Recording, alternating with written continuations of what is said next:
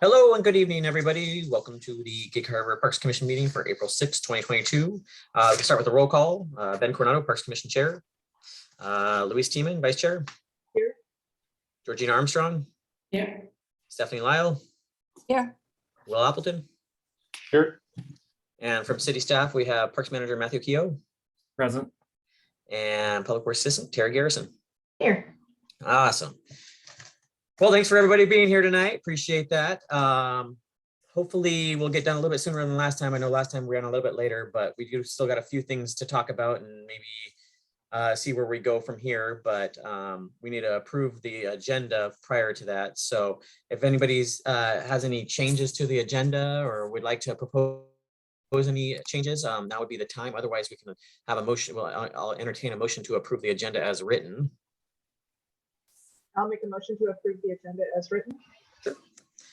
Second. I'll second that. All in favor of approving the motion, the agenda as written, say aye. Aye. Aye. All right. Any opposed? Nope. Okay. Agenda is approved.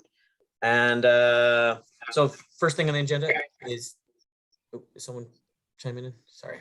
No. Okay. The approval of the minutes from the March 2nd, 2022 Parks Commission meeting.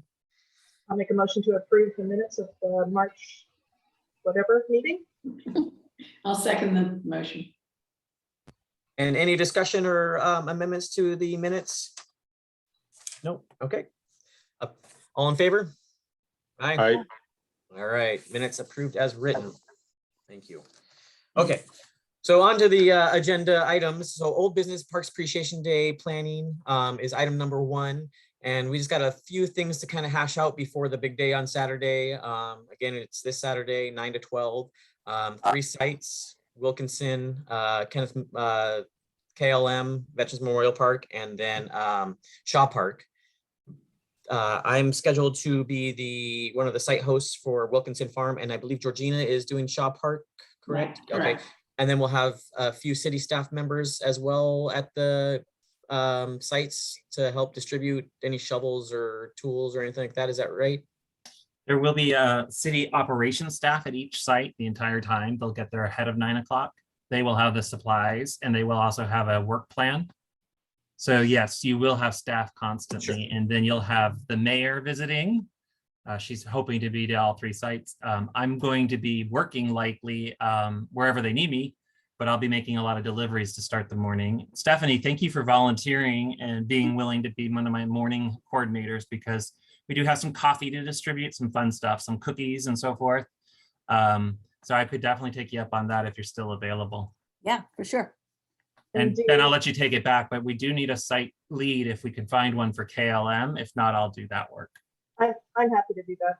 I haven't signed up yet. I saw your in the email, the Zoom link or the sign up link, and I'm happy to do that. That's awesome. Awesome. Thanks, Louise. Appreciate that. And I did a little coordinating with Georgina, who hadn't been to one of these, I don't think, in the past. And Ben and Louise probably don't need any direction from me.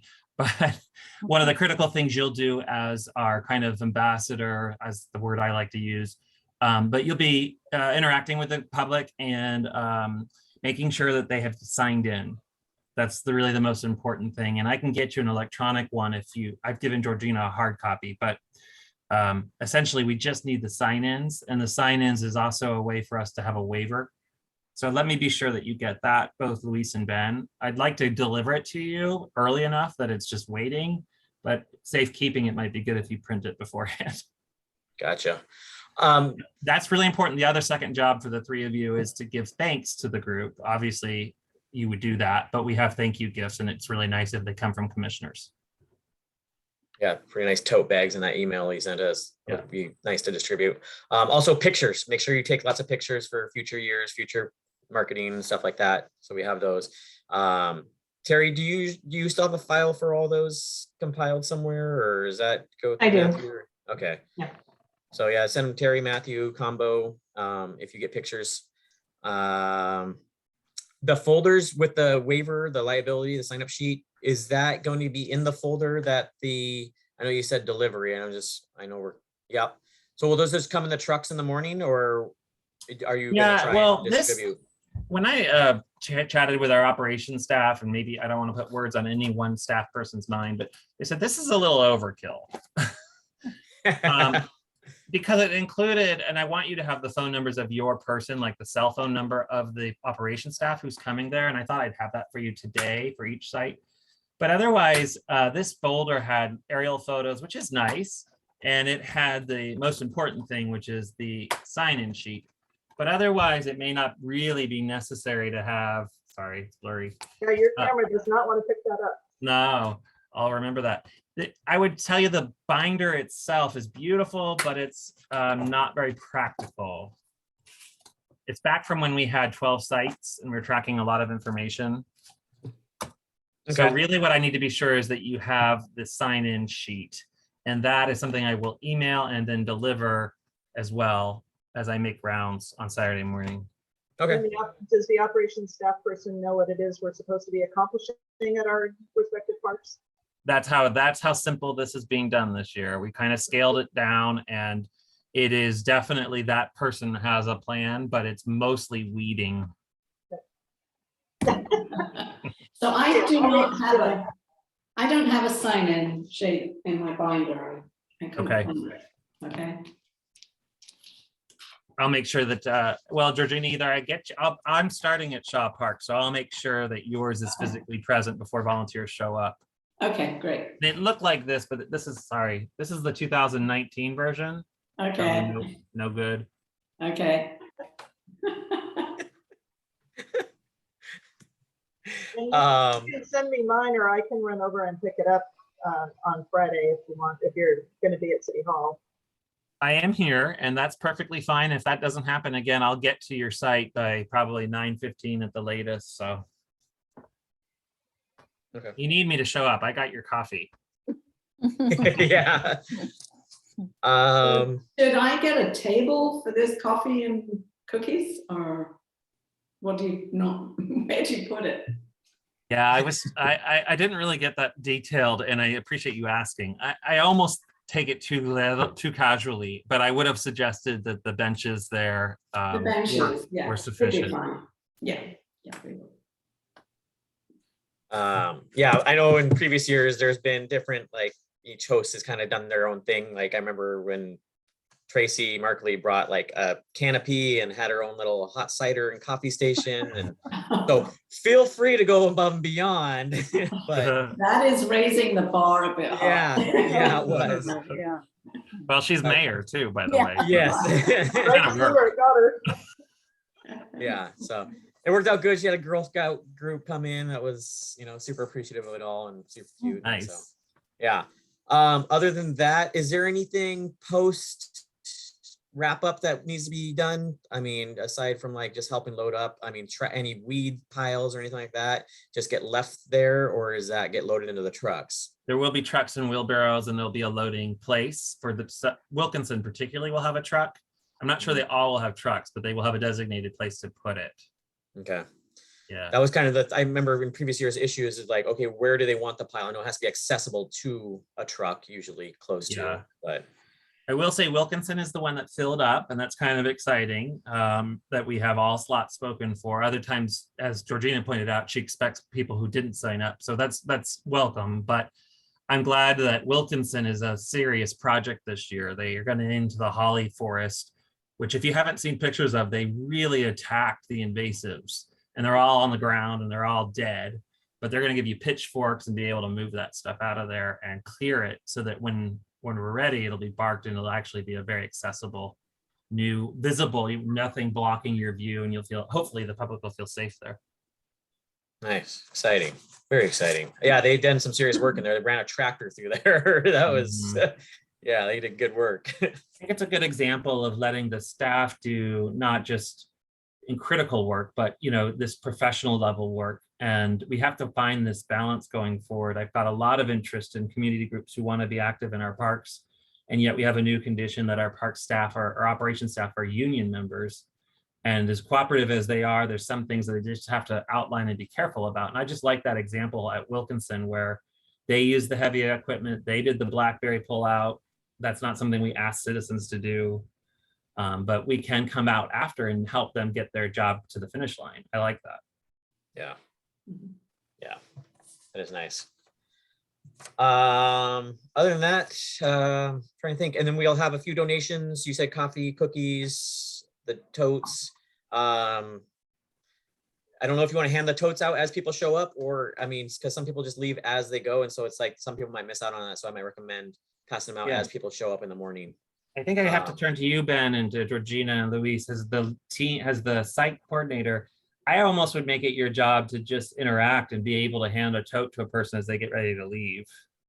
Okay. Yeah, because That way you don't have to hold a pitchfork. Because I've done that before, where it's like I was the site supervisor and then it just got mired in the work, and it's like, well, everybody had left and didn't get the zoo passes or whatever. And then, Yeah. so, Ben, I know you probably want to help and work, but I think just that kind of being available constantly is really helpful. I agree. It's kind of what I learned from the processes. Other than that, we got flyers out, the banners up over the harbor view and the construction zone there, and we got flyers out in each park that's participating. Is it just the participating parks, or is it all parks? I think it's just the participating parks, right? Yeah, no, the flyers are out of the you could say at participating parks, but that's only if there was a place. So Shaw doesn't have one. Okay. So I can't say. Wilkinson is well noticed, and KLM. Okay. Could we do more? Well, the banners are supposed to go out this afternoon. If not, they'll be out tomorrow morning. These big 4-foot long banners. Some of you have seen them before. They say volunteer here. This is a day on April 9th. I saw the one at KLM today. It may not say It was April already 9th. It may just say this Saturday. Yeah. Yeah. Those KLM were is already meant up. to be up earlier, but I've been told they're either up today or in the morning. Okay. And then, yeah, so just excited for this, and thanks for everybody being a part of this and willing to contribute a Saturday or Saturday morning for this. So Yeah, thanks, you and guys. Ben, let me pause and say thank you to you, and just kind of an understanding, because you guys have a long history here in the Gig Harbor, Ben and Luis particularly on the commission, but of doing a really blowout awesome day, and Terry's done a lot for that. We didn't know that we were even going to have it, the COVID thing. I'm not looking for an excuse, but it got a little informal, and then I sort of minimized it at times. So if I ever limited you guys, or you want to have a bigger event, know that I mean to support that. And if we get back to 9 sites and we get back to like planning where you meet with the other park districts, because I understand you've done that in the past, you've done a lot. Set up Coco, right? Like, I never meant to limit anything. So I appreciate your patience kind of working through what turned into kind of a scaled down, maybe staff heavy lead, but it really can be what you want it to be. And I never meant to suggest otherwise. I think this is great coming first year back. I mean, ease into it. I think it's a good idea. Thanks, Matthew, for saying that. Is there any other discussion on the Parks Appreciation Day? Anybody have any other comments, questions? I just Stephanie? wanted to ask a quick question. So since this is my first time actually on the commission during this, because when I looked at the sign up, it looked like there was both PennMap parks and city parks. So we are only doing 3 city parks. That's correct? Okay, Correct. got it. So And the other then parks are the PennMap parks, and anybody can volunteer for any of them. Okay. Right. We want to just have options. So pairing with them kind of, I guess helps with the pared back version, scaled back version. So there's still lots of options in our community. And so, Okay, Yeah. sounds good. And we get more total volunteers if all parks do it at the same time. Mhm. It's very difficult to have 2 separate Parks Appreciation Days and get people to vote. Yeah. So that's just part of them people don't really recognize which park belongs to whom, but they all appreciate parks. go ahead. Yeah, no, I was just going to say that I'll be available following my morning meeting at the Wilkinson Park. I'll try to get up there, but it probably won't be until a little bit after 10. Yeah, appreciate that. Well, thank you. And then as far as the morning runaround with coffee or cookies or whatever, Stephanie, or Matthew will get in touch with you then and kind of let you know and figure things out if need be. Okay. That works for me. Okay. Thanks, Matthew. Thanks, Ben. I just wanted to also wrap up on a comment that you in the past have had a thank you event afterwards with PennMet, and people could go get hot dogs and so forth. PennMet is still trying, and God bless Nicole because she's an energy bunny. They're still trying to put together having a pizza slice available to all volunteers up at Gig Harbor North. But I didn't want to advertise that because I haven't got it fully confirmed. So it might just be kind of nice thing to announce as we know on Saturday, like, hey, there's a coupon and or just go up with your tote bag and they're going to give you a slice of pizza. I kind of hoped it was a gathering of all the volunteers, but I don't want to promise that. I know we're not going to flood the restaurant and take over for free pizza. So I was starting to say, well, if the weather's good, maybe people would sit outside. For Delis, I think is the name, right? At Gig Harbor North. I think it's actually Fondies, which is uptown. Mondays at Uptown. Uptown. That's what I meant to say. Not Gig Harbor North. I'm so sorry. That's okay. Uptown. Thank I you. was like, mod pizza? No. Well, and Oh the yeah. year they did the hot dog stuff up at City Hall, that was fun. And people did go, right? I mean, Terry, it felt like there were people there. Were you there for that one? We've never had it at City Hall. Usually at same old. Yeah, usually it's at Zamo. And they get, I think the PennMet gets the food donated for it, but I have never attended it. I think it was pretty well attended though. Yeah, it was fun. Wherever it was. Future Parks Appreciation Days. Because yeah, there was a good turnout for those. There was. So okay. Anything else other than that? We're gonna move on to- One last question with respect to the Parks Appreciation Days. Can that be more than one day a year? I mean, if we decide we want to try to do something in the fall, or I mean, is that a possibility? I would say yes. I would be happy to entertain more days. I know Matthew had a few inquiries for Earth Day, and so that's kind of like what do you call it, Matthew? Like an informal or what did you call it? A day of service. Yeah. And I just called it a community-wide calling for a day of service. It's not like publicized or anything, but it's how I've treated the number of inquiries if they can come out and do service projects. My comment there in strategy and response, Will, is that they have to be special occasions and a special reason. It can't be part of, please don't think I'm being a bureaucrat, but it can't be part of ongoing work programs of our parks that our volunteers are in charge of until the union has agreed.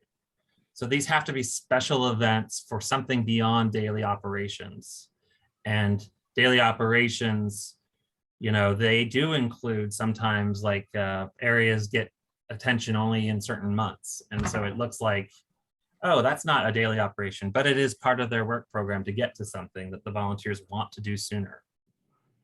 But we could entertain something maybe like a fall planting. I mean, that's associated with the season that isn't on the daily work plan or something of that nature. Okay. Yeah. I'd be supportive of that if we want to chat it through at some point. Thanks. All right.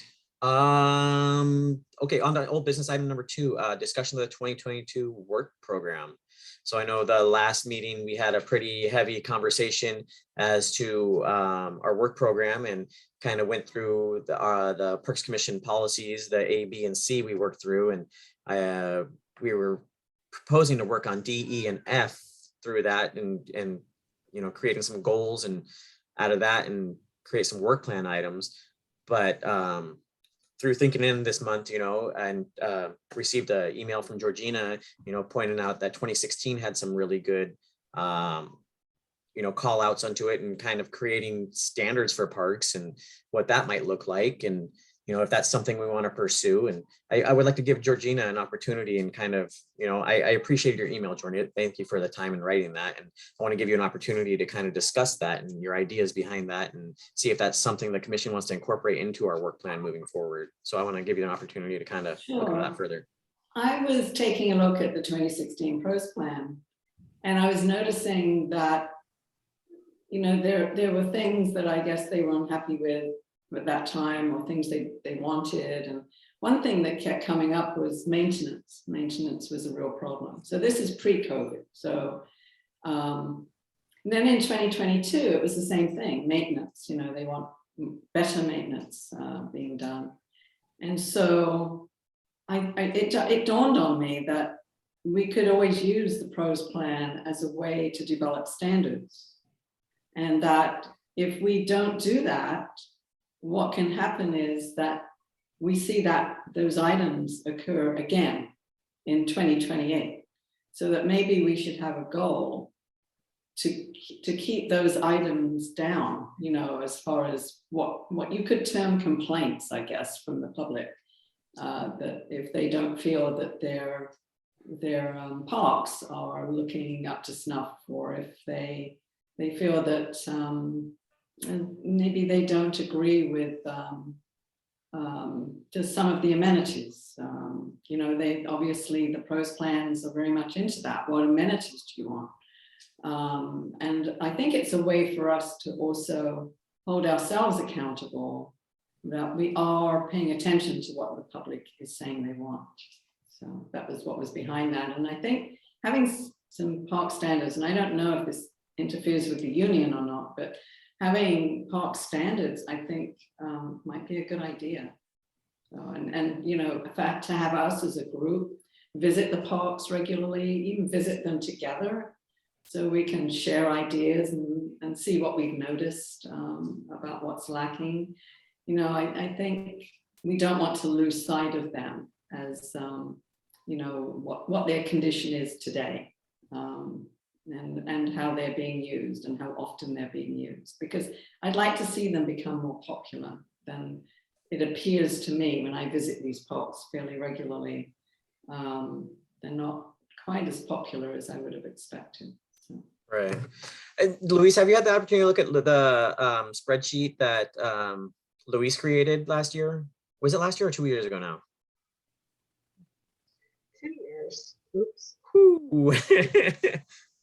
So it outlined pretty nicely, you know, assessed each park individually. And it was something that we had each park commissioner, you know, get assigned 3 or 4 parks and go out and assess every park, you know, whether that be, you know, all the way down to tabletop, like what the quality of the tabletops were. So it was pretty an elaborate spreadsheet that she had created to help assess the parks. But as far as the standards that you're referencing, I agree that that could be taken, that assessment could be used to help incorporate that and create some sort of policy or standard within the parks, and what that might look like. Because as far as the work program goes, I feel like this is more of a long-term work program, like 2 to 3 year ballpark, instead of just a yearly work program that we're looking to achieve a few goals, a few accomplishments out of, but more like a long range where it's like a 2 to 3 year work program where it's like, okay, this is what we're going to focus on during my time on the Parks Commission, is kind of the vision that I had, I guess, when talking with Matthew. You know, it's like, okay, are these achievable accomplishments throughout that timeline that we're looking at, or do we need to, you know, because as you've noticed that the gears of government work slow, and, you know, I think setting a realistic pace with that as far as Parks Commission work program would work well in tandem. So I think that we should kind of plan on that being a longer term timeline for the work program, but also for creating it. This isn't something that we need to hash out in a month or two, but you know, we're still waiting on 2 more Parks Commission members, and I would certainly like to have their input as well, if this is something they're going to be working on as well.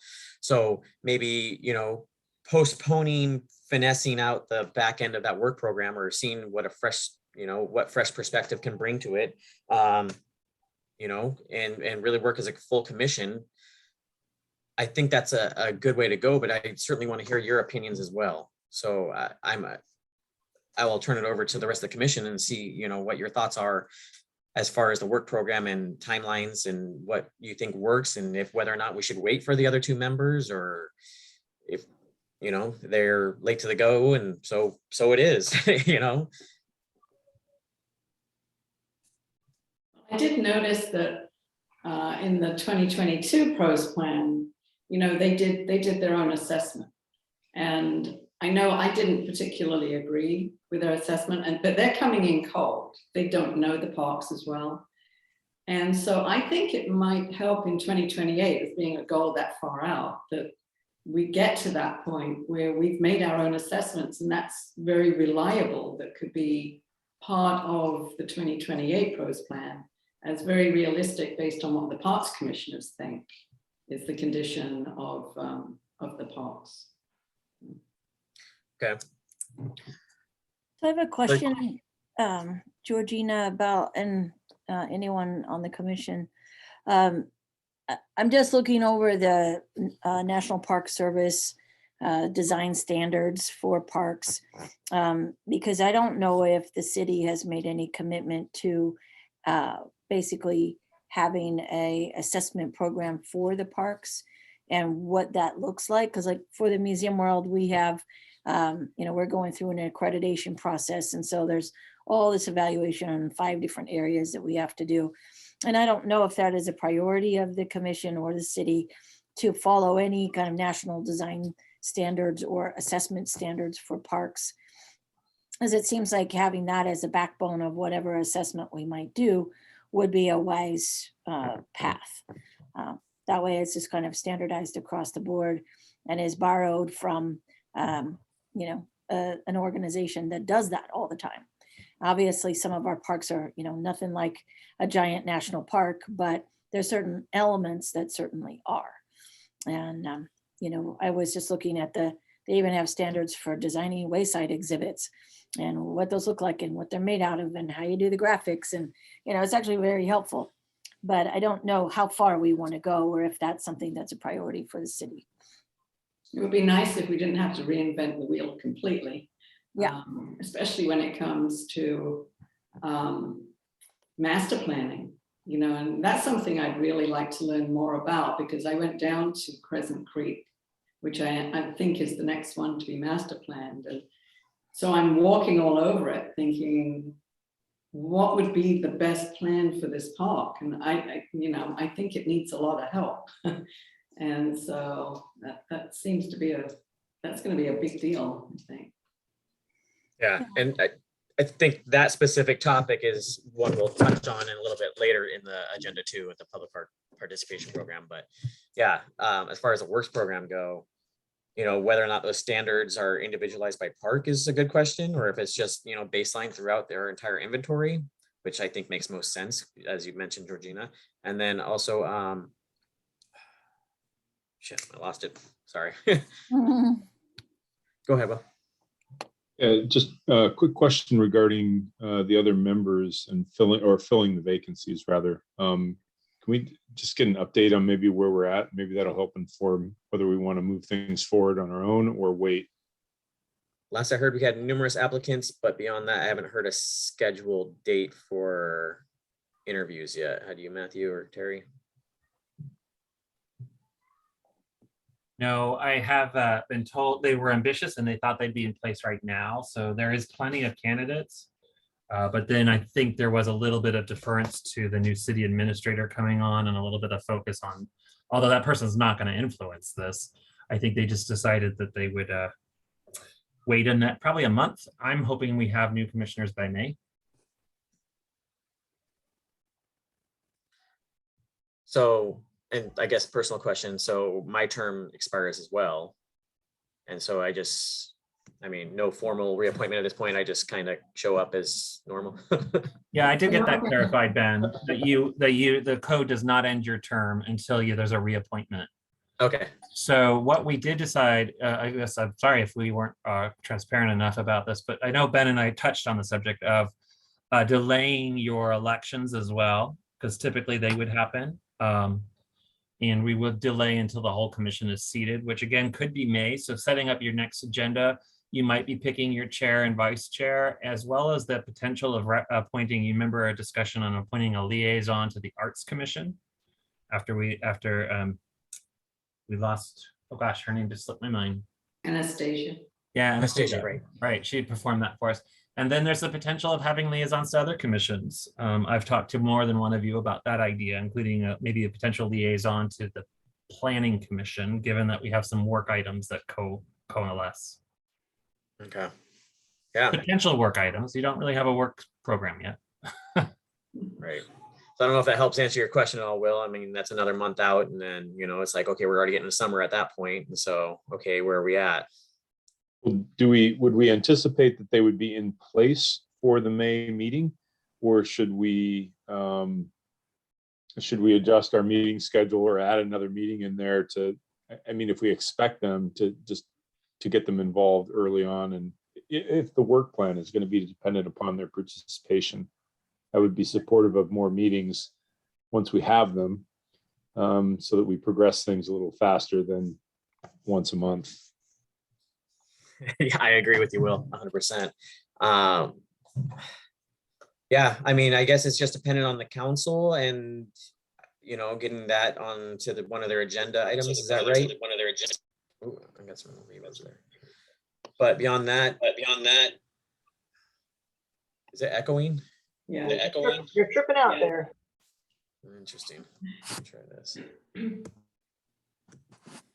I agree, Will. I wouldn't mind having an extra meeting if they come on later after our monthly meeting to help progress on this.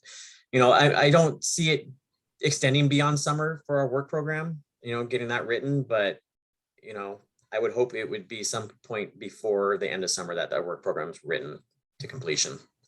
So I think, you know, we're kind of at the very start of it, I think. And so, you know, if we can push it 1 month and have them participate as well, I think that would be helpful for them and feeling like they have ownership in it. How does the rest of the commissioners feel about that? I'm supportive of that as well. If we're going to wait to bring them on, then bring them on and let's add a couple meetings and get them up to speed quickly. I think that's a great idea. Great idea. Yeah. Some head nod. Okay, so then we'll pause. I mean, unless there's anything that specifically you want to talk about regarding the work program, we can put a pause on it until the next meeting, and, you know, hopefully we'll have the 2 commissioners in place. But I think as of now, I kind of saw a lot of head nods and agreements that maybe we wait until the other 2 commissioners are appointed. Yeah. I personally think that it wouldn't be a bad idea to have it, you know, in between now and then, have some sort of draft of, you know, we're going to create a work plan, but based on what criteria. So if there is an existing criteria, having that distributed would be helpful. If there is not one and you want to assign someone to try to draft that, I think that would be helpful. Or is this something that comes from staff? I don't want to step on anybody's toes anywhere. Just trying to understand what the process is, because if we wait to bring on commissioners and then we don't know what we're doing and we're waiting to put that information together, then it's just sort of like drags on and on. Right. And as far as I know, we don't have any specific criteria. I know it's more of like a blend of certain items, the pros plan, the previous existing pros plan, the council strategy for the next 2 years. So there wasn't any specific criteria per se. It was more of a blending of a few different, you know, objectives and policies. So Matthew, your hand's up. Sorry, I didn't see that. Is there? Thanks, Ben. Actually, you just said that very well, that we have a couple of different sources without criteria in mind. And it need not interrupt your meeting right now, but I can always call up the previous work plans, which is kind of your precedent, right? And they often listed projects to expect during the course of the upcoming year, kind of moving away from just being a commission that reviews projects. You did confirm that you still want projects in front of you. I heard that at the last meeting. But that work program would have included maybe a few calendar elements like Parks Appreciation Day. That's another thing you have to consider, is do you want to commit to some milestones for certain projects and or events? So I wouldn't say there's criteria, Stephanie. There's just been past practice.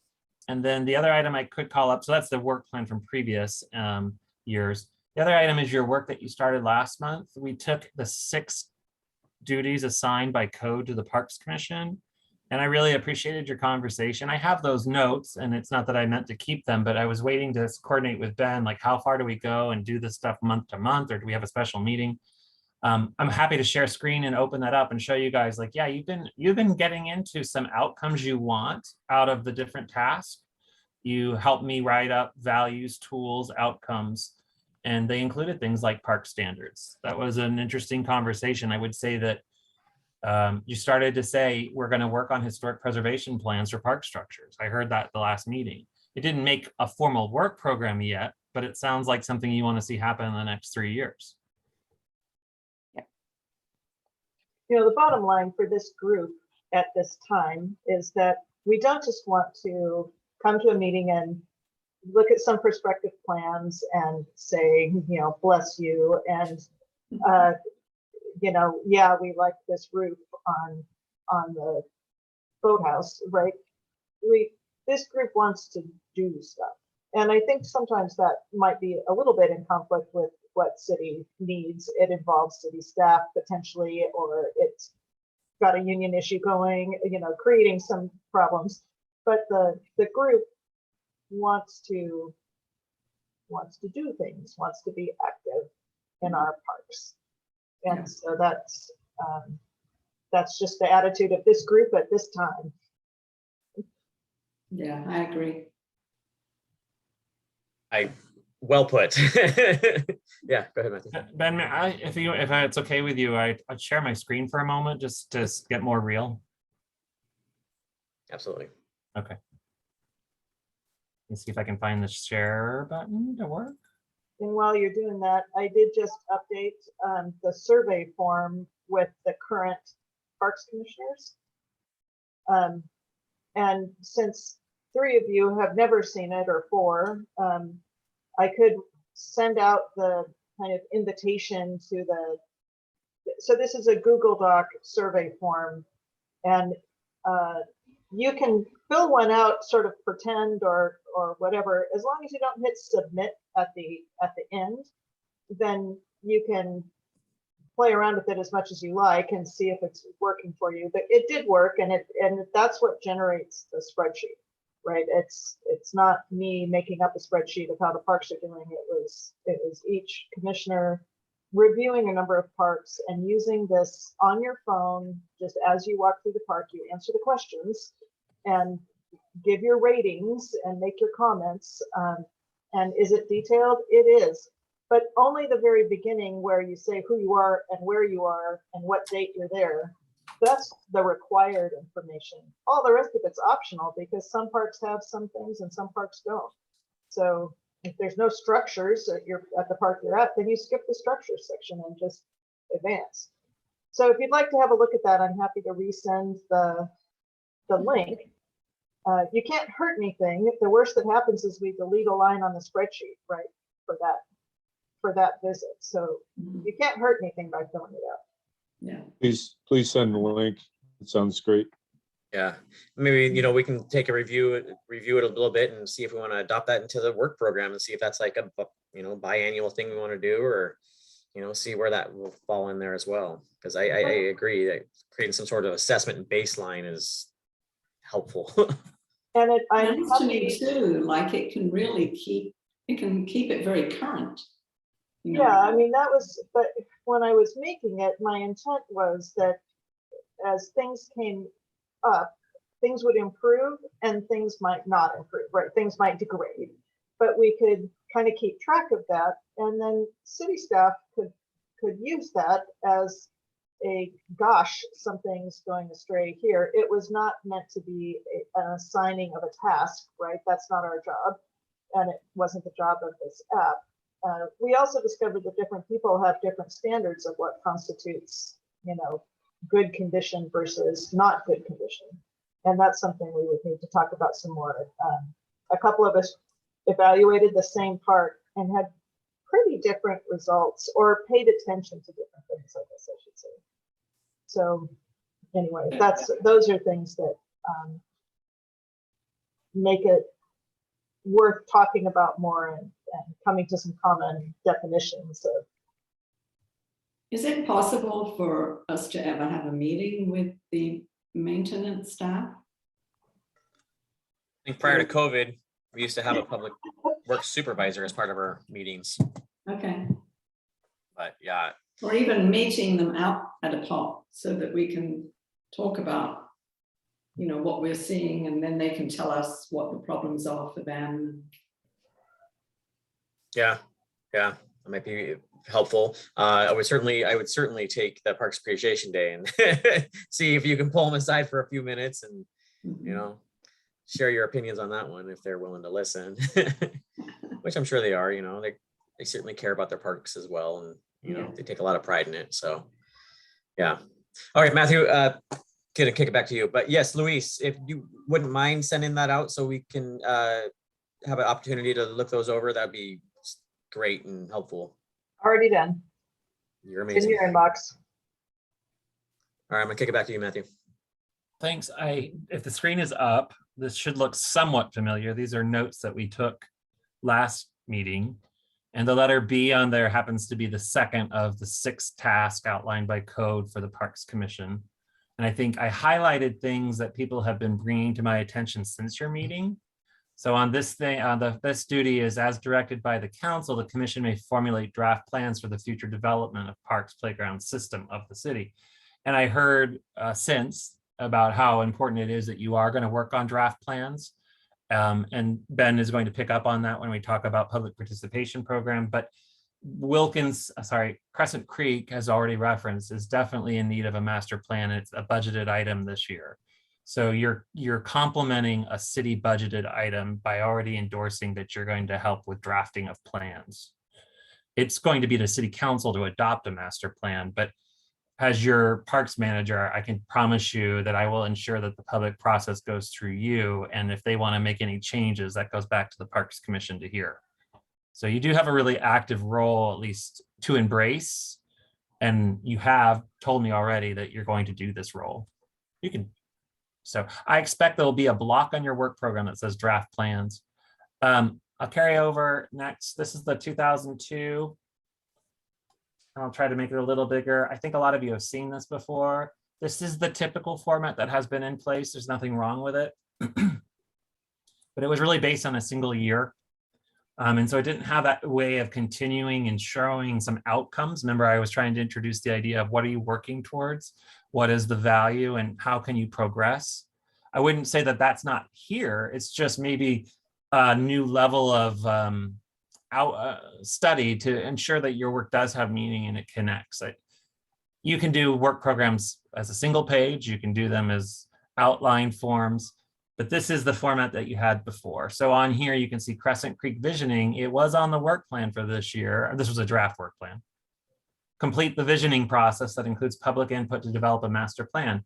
So I would tell you that you already have some things that made sense for 2022. It's just we've hopefully not complicated your world, but we've talked about let's not stay only in 2022 and realize a master plan isn't much good to the community if you don't have maybe phase 1 or you have something that shows that you're going to pick up on the work from it. You know, just some way of putting a little more outcome to some items is really an important consideration, I think.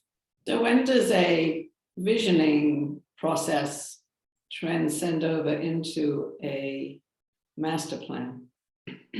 Yeah, visioning is part of master plan, Georgina. And I could always spend a little time going over my experience with master plans, but essentially they take you through programmatic, like how does the program work? Where are our users? How do they relate to each other? What are the needs, right? And then they get into a schematic conceptual design that starts to lay out how much square footage you put towards things and how much you think it might cost. And you make that commitment that this is what's important. You don't get into design though, I don't know if that's what you were really asking me, but visioning gets all the way into program and into conceptual design, which can look, I know my camera's not working well, but it can look pretty detailed in a master plan. That probably doesn't work. Yeah, it's because you have the blurred background. Oh, okay. That's the problem. Well, a lot of you have seen conceptual and schematic drawings of, say, for example, phase 1B at the YMCA. It actually shows playground equipment, it shows the event lawn, it shows the stage. All of these things came from a master plan. There is no development plan for those things yet. So a master plan takes you far enough that it instructs the development plan. And then we get smart people involved, and that was a nod to Will. Engineers who help us say, well, it's going to be a little different than that. And we have to take into account this and that, but we're going to work towards your master plan. Okay. Master plan is a controlling document. You need to I'm sorry if I sound like a teacher, but you need to realize that that's a really important product when you, especially in park planning. So how much of a change are we looking for at Crescent Creek? I mean, right now, what I noticed when I was there is the parking lot is like right in the middle of the park. And then you've got the park on different levels. So, I mean, how big of a change can we make there? Would you like me to answer or others with Yeah, experience? anyone. I'll let Ben call on who he wants to call on. I mean, I think the big part of it was the newest acquisitions to that park, which was the Masonic Lodge and the volleyball courts and the bike track back there. And I mean, honestly, with the sports complex coming online, like, does the baseball field, I mean, I don't know, I guess it's up to the community input, you know, and that's part of the you know, the public process, and, you know, holding open houses and seeing what they want with that and seeing what the community says, and, you know, seeing if the Masonic Lodge is worthwhile to keep in rehab or, you know, mow it down.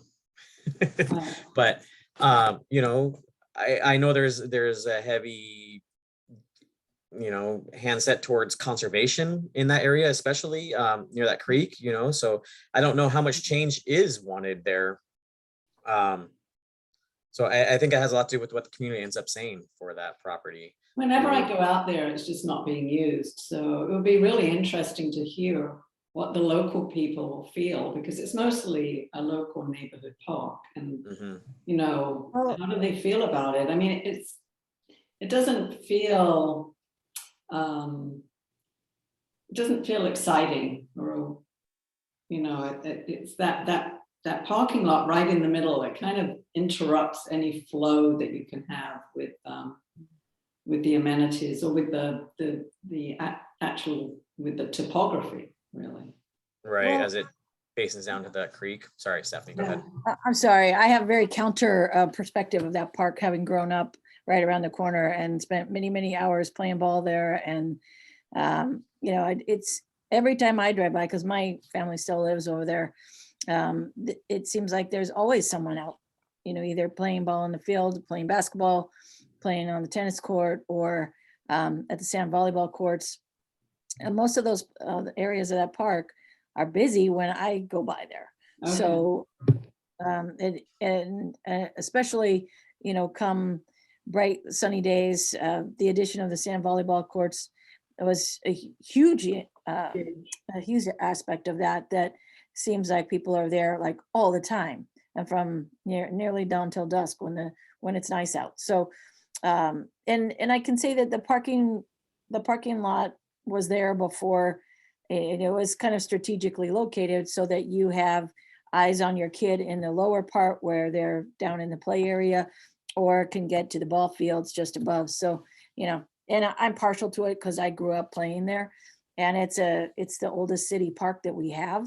So I think there's a lot of considerations that go into thinking about what one would do with that park, from, you know, the conservation with the creek, and, you know, the care of the salmon habitat and the WPA buildings all the way up the hill to Masonic Hall and the volleyball courts. So it's an eclectic park for sure, but it certainly has a lot of multi-uses. Like I say, those volleyball players are out there even when it's nasty. I've seen them play in wetsuits up there. It's ridiculous. Mhm. And I guess I've just been there at the wrong time. Georgina, there's also a thing where, you know, a group like ours, or even the city, you know, says something like, okay, we're going to have lighting at Veterans Memorial Park. And then the neighborhood says, not if you're lighting up my house or not, right? But what kind of lighting then takes another year of public comment. Lighting that is protected, so it's only shining on the field and not in the apartments across the street. And what time did they go off? And there's so many decisions that go into something that sounded kind of straightforward, right? And so that what is our role, if any, takes on complications, and in the case of Ansich, 7 years of complications, right? Mhm. So there, some things are, require a lot more process than others. And the Okay. lighting at Veterans is one of them. Because I think it's still not in, because no one can decide. Oh, my word. It sounds like a very long process. Yeah, so it was one thing to say that there was going to be lighting in the master plan. That was the easy part. There was another part where there was budget for the lighting. That was also the easy part. And now it's all the hard part.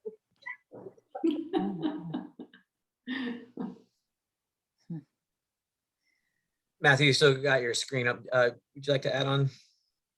I'll just do at the pleasure of the commission, if you'd like to review some of your previous notes, or just realize that we got through 3 and you had 3 more to go. And I do like the idea of not finishing all 6 until you have your commission gathered. And then remind everyone, I have other documents I could call up if you were so entitled and interested today, but they include the pros goals that we just adopted. I have the 2016 as well, and kind of did a little write-up of what changed, and that might be of interest to the commission. I know Georgina picked up on the fact that we lost some of our metrics, because we used to say we were gonna, I wouldn't say we had standards in the previous plan, but we were measuring things a little bit more. I didn't know about the spreadsheet, Luis, that you have. It sounds like one of the answers. But anyway, what I have up on the screen, it was letter B, and I have highlighted things that I've heard since the meeting that you were really concerned about. So all of this came from your meeting, but I had heard from another commissioner that the ADA transition plan was really important to them and important over the next 3 years that we work on that. And I was pleased to hear that it's in our capital facility programming. You might remember at the end of the pros plan that we will be doing that. You already covered these subjects. We need a vision for the Masonic Lodge. It's supposed to happen.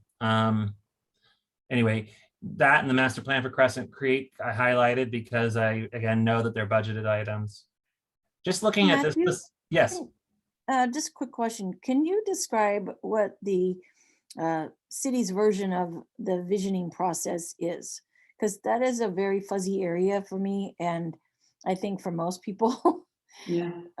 To better understand what that really is. Well, I do appreciate, yes, thank you. I do appreciate that the context was already shared, that it can really vary and you meet the community where they are. And you do find out what their needs are, and their needs might start to define how broad the vision is.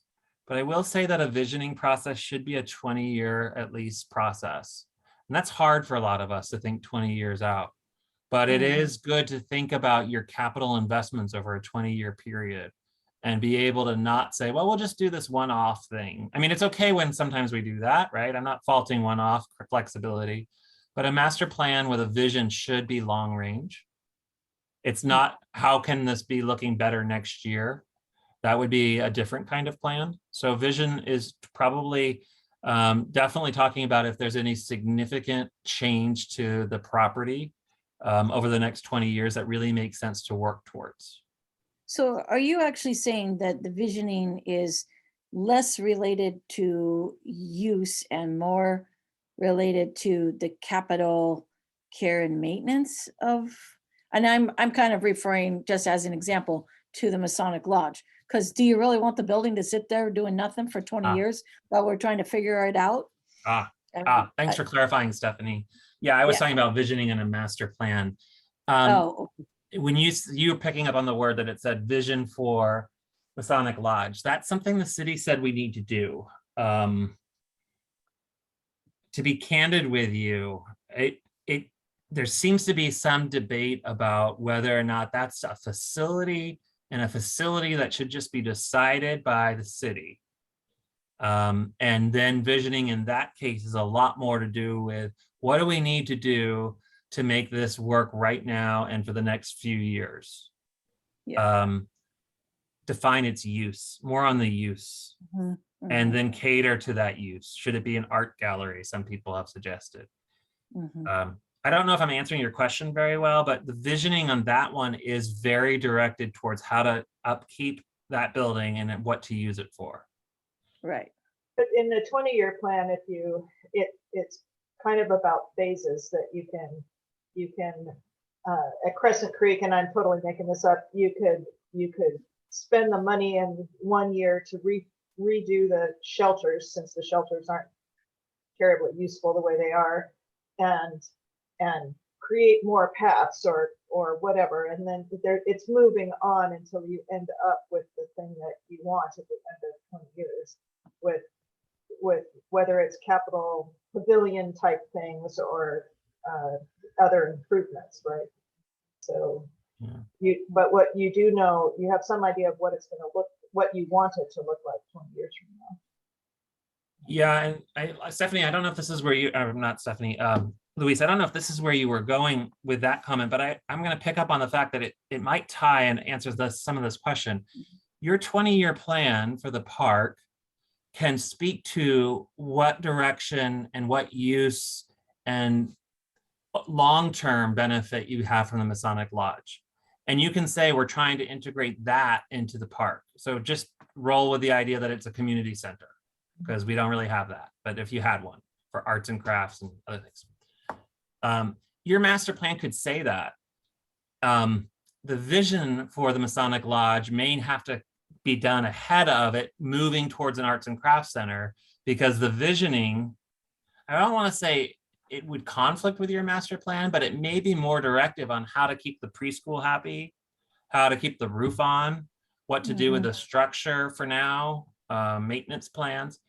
So your vision in the master planning of the park, I think, could have a long range plan for that building and that function. And you could almost say, it doesn't have to be Masonic Lodge building based. It's what you think is appropriate in Crescent Creek in your vision process. Do you think it's appropriate to have some kind of service center? Do you think people need that? And does the community want that? If the community doesn't want that, and they really just think the Masonic Lodge should be left to rentals, that's perfectly fine too. And then your vision for Masonic Lodge is not going to likely be so influenced by your master plan. I guess what I'm getting at, Stephanie, is you can envision for different time periods. And I'm hearing the need for both the long range 20-year vision for the park for sure, and maybe some more immediate visioning for the Masonic Lodge and its purpose now, here and now, because people want to get a little more real about doing something with that than just having a 20-year plan. And is that, sorry, if you have an arts and crafts, let's say, just take that as an example, you really are going to have to find the group. I mean, it's like, which comes first, the chicken or the egg? I mean, maybe there'd be a group that said, oh, we're losing our arts and crafts building, or we would like to start an arts and crafts union or a co-op or something. And the timing would be ideal. But I mean, somebody would have to, that would be an amenity, right? That they would be instrumental in developing and making it thrive.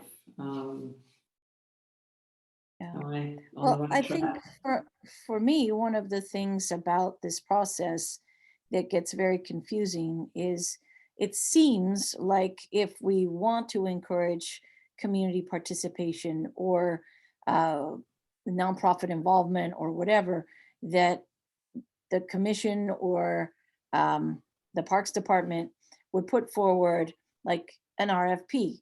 So you say, okay, we want to go through this visioning process for these particular facilities. So let's put forward an RFP and invite people to make proposals for what could be done there and how they would actually fulfill that goal. And then we, entertain those proposals. And if any of them fit with the criteria that the city has or, expectations that or standards that the commission has put together, then you can evaluate those proposals based on those standards that have been established. I have been through a few projects here in the city that are not done that way, and are very, very driven by a couple of individuals or something, and you're just like, wait a second, how did this happen? And is this the best solution? Sometimes you have to just push stuff through and, to make something happen. But I think if there was an equitable RFP process, then that would put all the options on the table.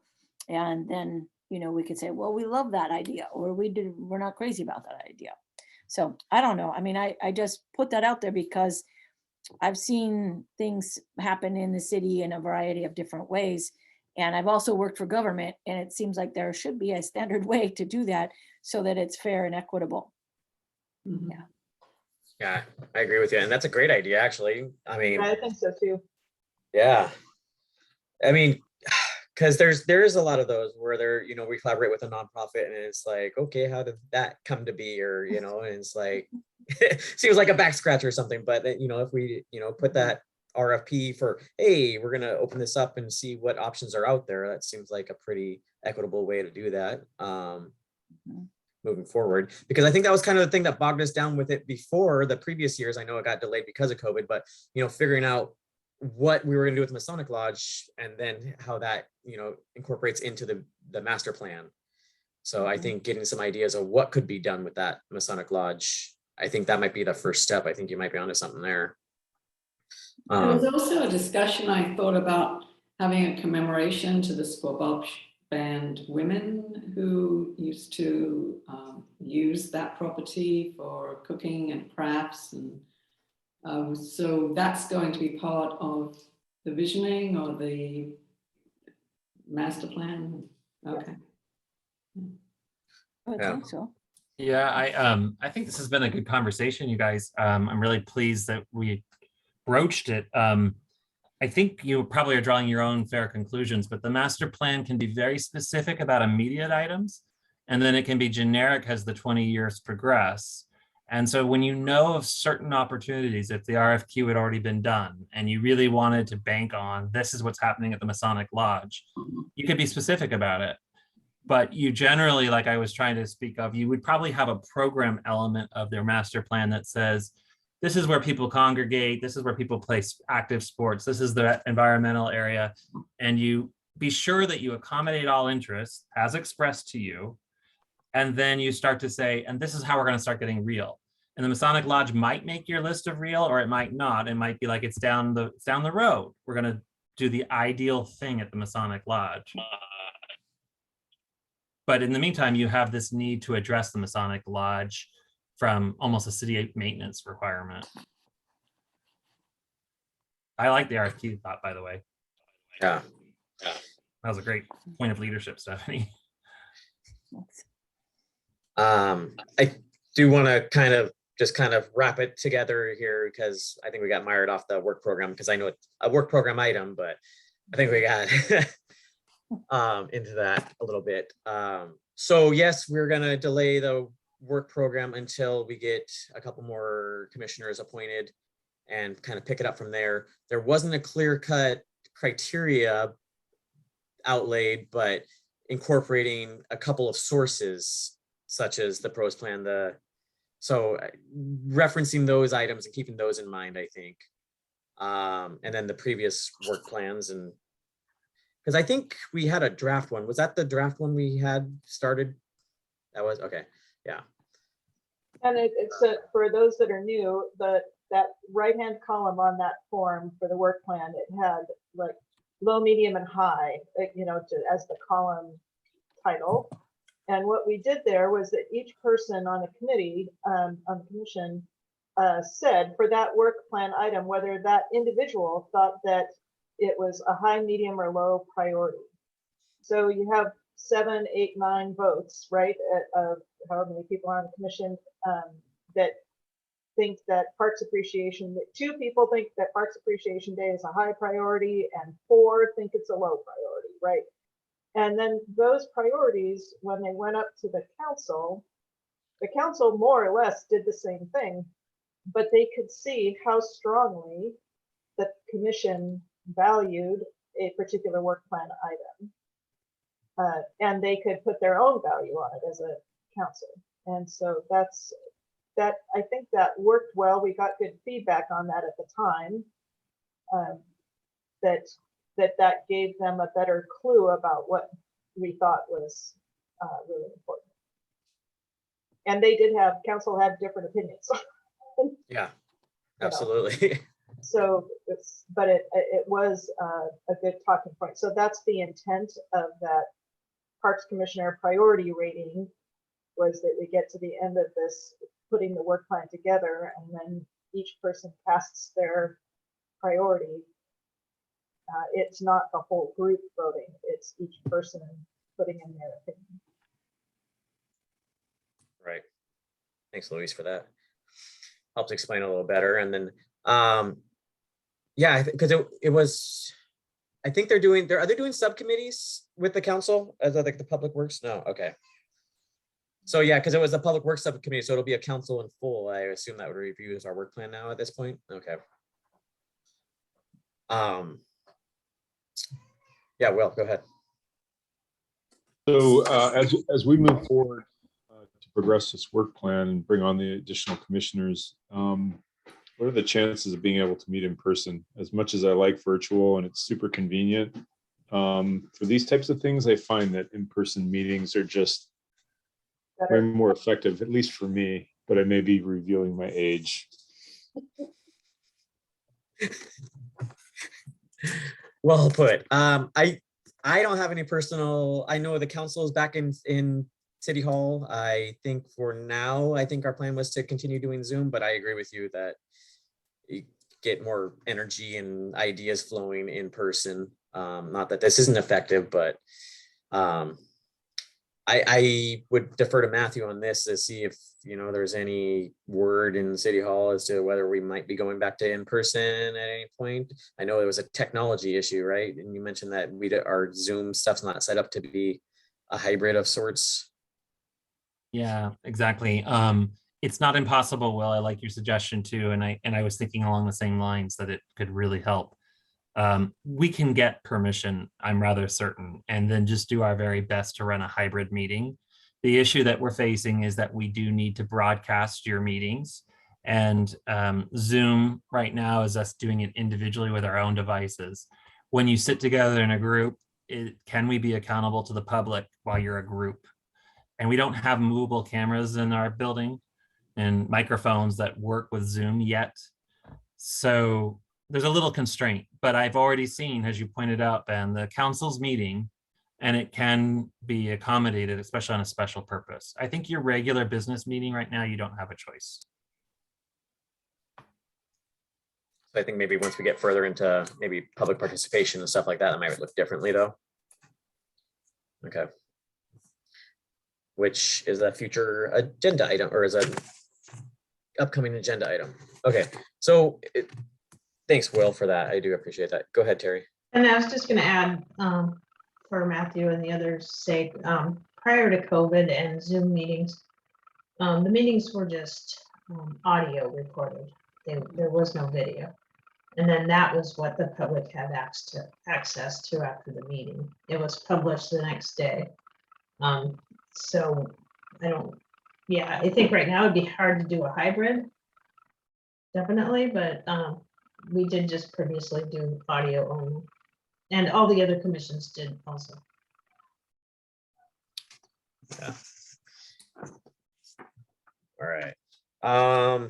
If anybody would like to say anything else on the work program, I would certainly hope you have an opportunity. If not, we're gonna move on to new business item number 1, the RCO grant strategy. And okay, Matthew, I'm gonna hand this one off to you because I mean, aside from what you've shared with me tidbits, I know you're well versed in this one, and I know you've had help from a couple other parks commissioners. So yes, I'm really excited for Stephanie and Will to pipe in here because of our exploration together. But I'll start this off. It is a staff responsibility to make the applications, but you formed a subcommittee, and Stephanie and Will showed a lot of enthusiasm and willingness to look at my drafts and help me answer some of the substantive questions that will come up. I will not belabor this, but I just can't resist sharing screen. I just love it. There's something convenient about it. Anyway, I'm going to call up a slide you've seen already, but it just might help as we get kind of used to dealing with these things as a group, and you become, I hope, fellow advocates of RCO funding every 2 years. That's a job I would put on your work program, by the way, if it was up to me. I'd say the Park Commission will help with RCO grants, and they might be able to present. And my success with RCO grants has always been with Park Commission participation. Okay, that said, this slide that's showing is the grants largely that are coming available this year. And the biggest program is called the Washington Wildlife and Recreation Program. Hopefully you're seeing that big green bar. And then underneath it, all of these are different categories of grants that fit in that program. So when you look at what we have coming up in the next 2 to 3 years that could really use grant funding, I think we have a very compelling case to pursue the work in the conservation area known as North Creek Conservation Area. Not only are they some very expensive properties, you might know that phase 2 of that, which council charged ahead on, I don't mean to say that in a negative way, but they moved on and said, we want phase 2. That's 23 acres of property. It has a beautiful, as we discovered, built-in trail in it. Anyway, that 23 acres is potentially going to cost us $5 to $7 million, and we want to buy it.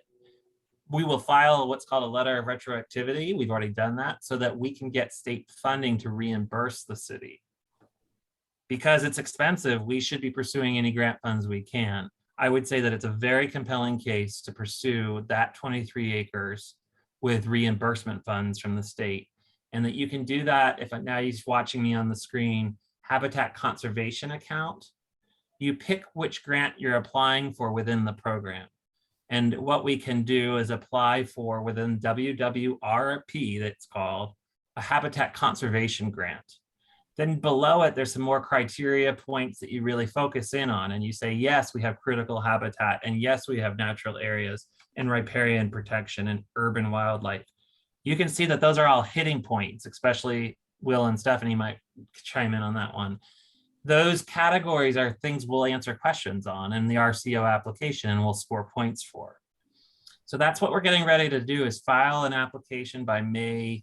I should have it memorized, either the 5th or the 1st. I'm just going to say the beginning of May. That application needs to be answering those questions. And then we go through a technical review and we do presentations to boards of citizens. Takes a while, but it's worth it. We can apply, I believe, under the habitat conservation account up to $500,000. And a good strategy is when you're showing that you're really pursuing it, you need to have a match. Our match could be city funds because we're already committed to buying it. And it also could be over here in red. I don't know if it's big enough font, but federal funding can be your match. And so I would propose that in order to get phase 2, we submit a grant under habitat conservation account, WWRP. And we submit a grant under federal funding run by RCO at the same time for the same project, Land and Water Conservation Fund. Conservation Fund, that's what we're doing. We're conserving lands in perpetuity. So it fits that program quite well. And they could match each other. We also might be successful to the point that we could put a match into each and be able to earn up to $2 to $3 million combined. But all of this is a little bit aim high and be grateful for what you get, right? So those are 2 grants for the both I would recommend for phase 2. Phase 1 was affordable and largely already accounted for the costs. We even have private donations to it. Phase 3 is also has a letter of retroactivity. However, we're getting it at a bargain price, and I think it'll be a lot more compelling to say the heart of the project is the 23 acres.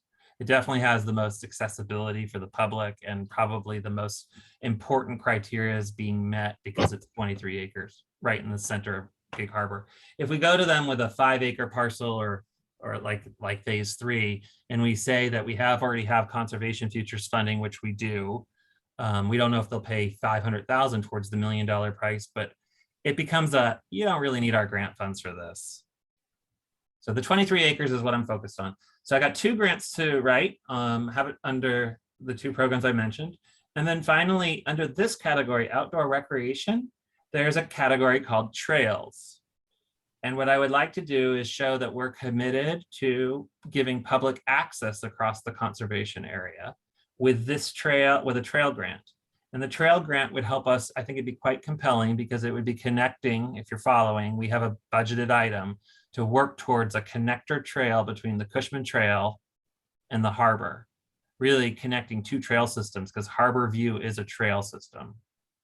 So we have, I think, a really good possibility of saying we're acquiring the property. Yeah, whether you give us the matches or not, we're acquiring it. They don't really pay attention to the other grants, but we can show that we have a strong strategy to acquire and to put a trail on it.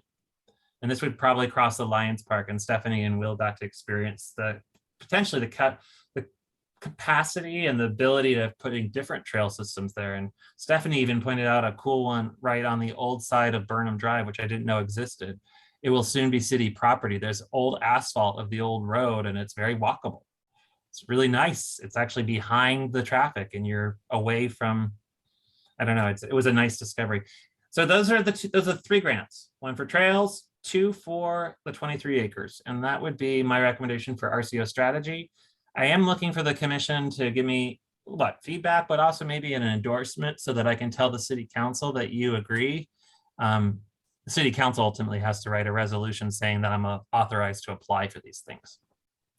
Can I ask one question about what about the critical habitat grant for because isn't there stream restoration work that has to happen there so that the salmon can get back up there? Thanks for asking. Well, yes, there is. There's more than one culvert that needs attention, particularly the Donkey Creek culvert that goes under Harbor View. Yeah. It is a capital project that's getting funded probably through other grant funds, like salmon related. And I think we will speak about it, and that will help leverage this grant. But we will not be spending their grant money on critical habitat because our scope is already so expensive to acquire. Yeah. You might know this, Luis, but you typically pick a category. Are you acquiring? Are you developing? Are you doing both? And when you say you're doing both, one, this is conservation with land, conservation future monies. We're really not developing. And I don't want to confuse that message. Okay. Thank you. Will got his hand up.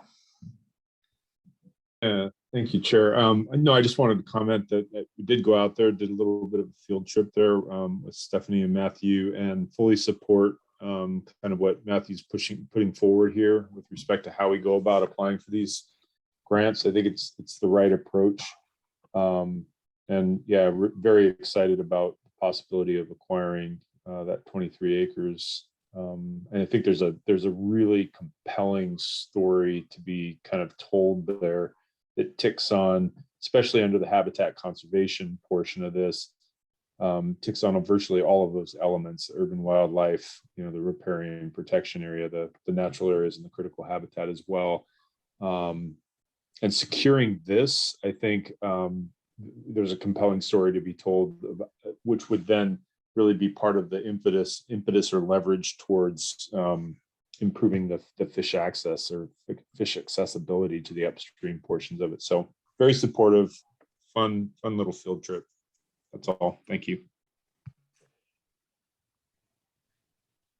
And Matthew, you said that usually when you do the conservation grant application, I mean, development doesn't really necessarily go into that, right? So how do you phrase that as far as trail development? Yeah, well, we're talking about an earthen trail here. At least that's how I would have approached this, and not a development of impervious surface and the kinds of things that conservation kind of does not coincide well with. So we're not talking about the Cushman Trail 10-foot wide asphalt cutting across the Lions property. That would be problematic. Right. So I don't know if that answers your question, but I'm not talking about a trail development that would counter habitat conservation. It would be a public access to a conservation area. Okay. I was kind of wondering like how you phrase that, and not develop a trail system that connects to well-used trails, but Yeah. what's the lingo that you would use? Yeah, I'm glad you asked that, Ben. I think it's good for the commission to know, to have that clarified. But something that helped me was to realize that on Harborview Drive North, which some people call Burnham Drive, but as you're leaving Donkey Creek Park, there's no sidewalk, right? Like you probably know, it's like unfortunate, and it doesn't connect to Gig Harbor North at all, our harbor. So I was pleased to find and report to you guys that there is a plan for a multi-use 10-foot wide trail along North Harborview Drive. And the city's been working towards federal appropriations and other opportunities to make it happen. They've gotten into design work. So if I haven't shown you all, there is even schematics showing that we're going to have a multi-use trail that will go up North Harborview all the way to 96th Street. And if you put that in your mind, it may be a little hard to picture, but you're getting close to the firing range, right? Like I don't know all my landmarks that well yet, Gig Harbor, but 96th Street is also a trailhead to the Cushman Trail. So we really will have a multi-use, rather flat, well, it's got a slow grade, right? But accessible trail system to connect to Cushman beyond the connector we're talking about here across phase 1 of a conservation area. You will have a cycling trail. You will have a way from Cushman and ideally North Gig Harbor, but you'll have a way to come down to the harbor on a 10-foot wide multi-use trail that is not in the road. It's separated with a 5-foot planter, for example. Yeah, that's really good. It is exciting. And I didn't give the commission, we're kind of out of order, but I have updates for you. And we did just write some federal grant request. I had about I'm glad to hear that that trail is a priority to connect Gig Harbor North to the waterfront. That is what the people here want. Yes. So what form does your endorsement need to be in? Do we recommend it, or do we just say we endorse, or what do we need to do to help you? Yeah, that's Luis. I told Ben I don't have a criteria. It's not, we could have set a resolution, but that's not required. So it's kind of the chair and your call on what you want to say. Do you want to call a motion? Do you want to just take a straw poll of any objections to supporting this strategy? It's just nice that it's on record that you support it. I think Will was close to making it a kind of a statement that you all could agree upon. Yep. Yeah. Yeah, Will, do you want to make a formal recommendation? Just you move that the Parks Commission recommend, and we'll have a little discussion if further need be, and we'll make a vote on it. Yeah, so I would move that the commission support the approach of applying for, I guess, what, three individual grants towards the acquisition of the subject property as proposed by the parks manager. Yeah. Is that general enough to allow you flexibility? Sure, and I'll go ahead and second that. But now we can edit it. But it's fine. It seems fine. I don't think we need to edit it. That was good. I think do. Sorry, Oh, Stephanie, go sorry. ahead.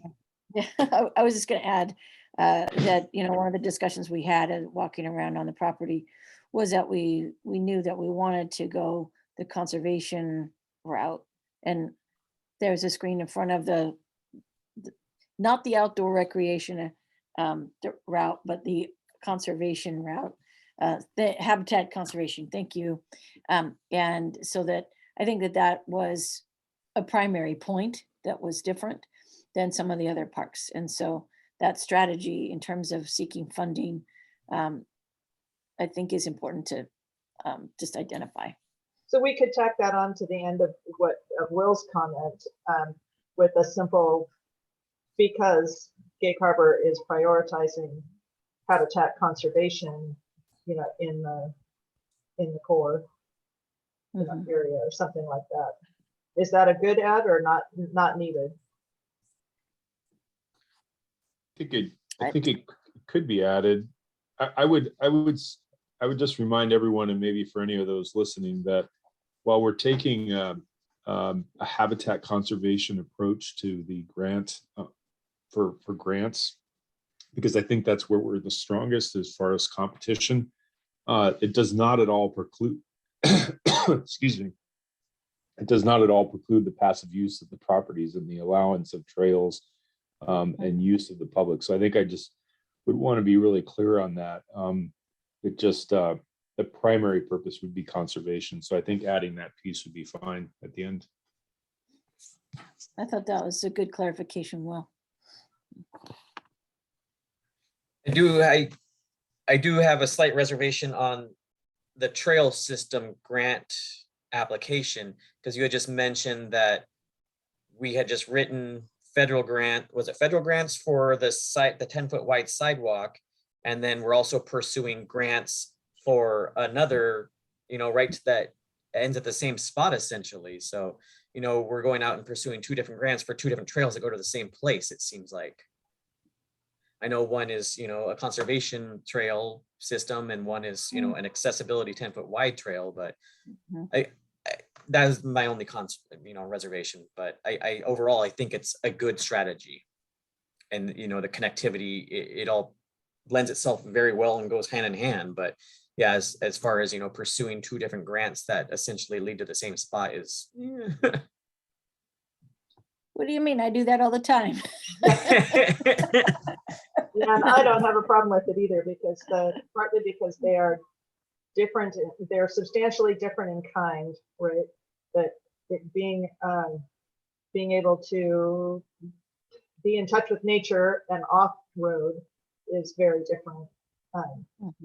And experiencing a conservation area is very different than riding your bike down North Harbor View. But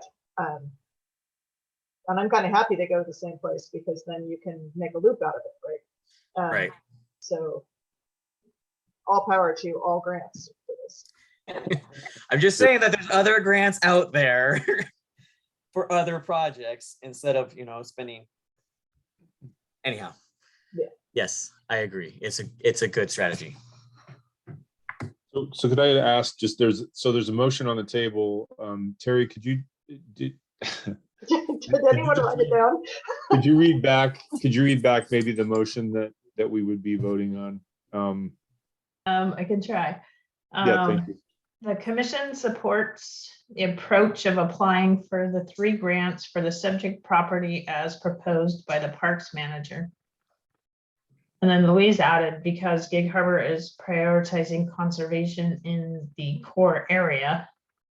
And I'm not sure if you're actually amending the motion with my notes here, but I just wrote down that does not preclude passive uses. The primary purpose is conservation. That's all I have. So does the commission think that we need that last part, or can we just kind of abbreviate it, make it a little cleaner, with the understanding, given this conversation having been recorded, that it has that passive I use? think I'd take out mine and everything that followed and leave it at just yours, Will. And the only thing I would do is add RCO in front of the 3 grants, 3 RCO grants. Perfect. Agreed. And I think Because what the you said- federal one was an RCO grant, is that correct? Well, but that's not part of his 3 grants that we're endorsing right now, is my Gotcha. understanding, unless I've got that wrong. Thanks for the clarifications. You got that right, Luis. These are 3 RCO grants. One of them, not to make you guys crazy, one of them's federal funding, but that's not what Ben was referring to. There's a federal grant writing process, legislative request for road improvements all up and down Harbor View. Right. So it's a RCO run federal grant. Gotcha. Yes. And it's for conservation purposes largely. So Land and Water Conservation Fund, and Okay. RCO administers it. Okay, so we're sticking with the original recommendation, it sounds like. Any further discussion? Hang on, do you want to say that though, Matthew? Is that useful to you, or too much to say? Habitat and water conservation, 3 RCO habitat and conservation grants. I mean, does it help to be specific or not? Thanks, Louise, for asking. I think it would be helpful to say that you endorse applying for a land and water conservation fund through RCO, because that's a distinct application for federal funds. So it's good that Okay, you so- recommend that you specify that 3 RCO grants, including one that is the Land and Water Conservation Fund, pass through from the federal government. All right, how is do we- is Terry getting all this? Want to take a shot at amending that original motion there, Matthew? Or Will? No, I welcome that. I welcome that amendment to the motion. I would just ask that the motion be repeated Fred? back. Now that we've Right, made the changes. So the amended motion is the commission supports the approach of applying for 3 RCO grants, including one that is Land and Water Conservation Fund pass-through for subject property as proposed by the parks manager. Am I missing a word there at the end? Pass-through grant? Federal. Pass-through funds? Pass-through federal? Federal grant. Federal, pass through federal funds. Okay. Thank you, Terry. Perfect. All right, so let's see, is that the proposed amended motion then, or recommendation? Sure. And then do we have to withdraw the first one or just second that? Get a second. All right, I'll second the amended motion. And all in favor of approving, or any discussion on the amended motion? Nope. All in favor of approving the recommendation to council? Aye. Aye. I Aye. Any opposed? All right, recommendation passed. Great, thank you. Go get him, Matthew. Right? See your writing chops. So where does that leave us going forward? I know you have Will and Stephanie kind of in your back pocket there, but I mean, feel free to utilize any of us, of course, but yeah, moving forward, if there's any panels or anything like that we can participate in, feel free to let us know and we'll see what we can help you out with there. Thanks for your time spent on this, Matthew. Appreciate that.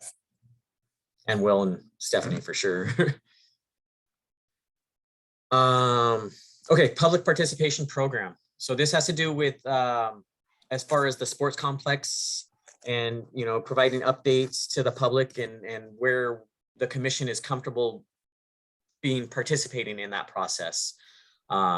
You know, there was mention of providing the public with a timeline and an open house to kind of provide, you know, where we're at in the sports complex and, you know, how much participation they might want in,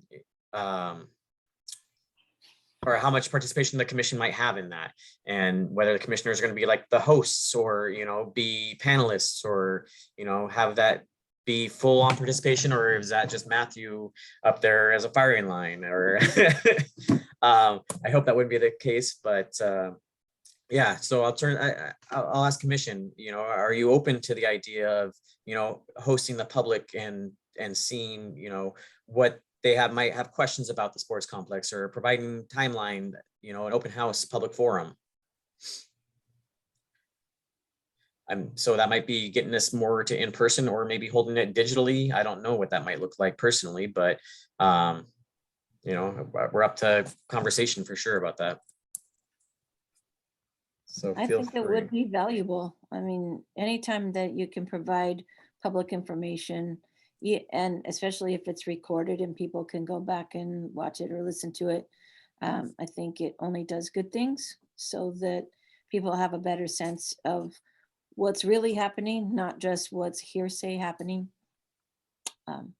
And, you know, with That would be any useful on document- this project for sure. Yeah.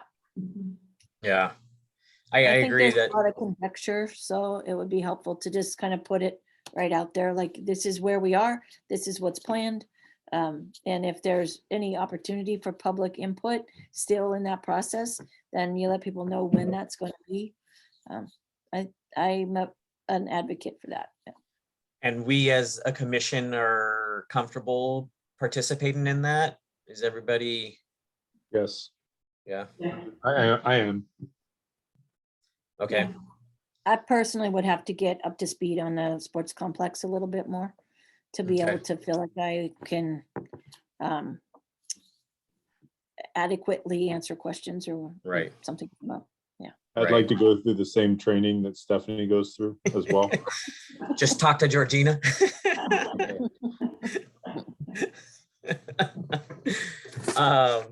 And then, you know, as far as what that might look like for the Masonic Lodge visioning too, is that something that the commission is interested in participating in and hosting the public, or, you know, a public forum?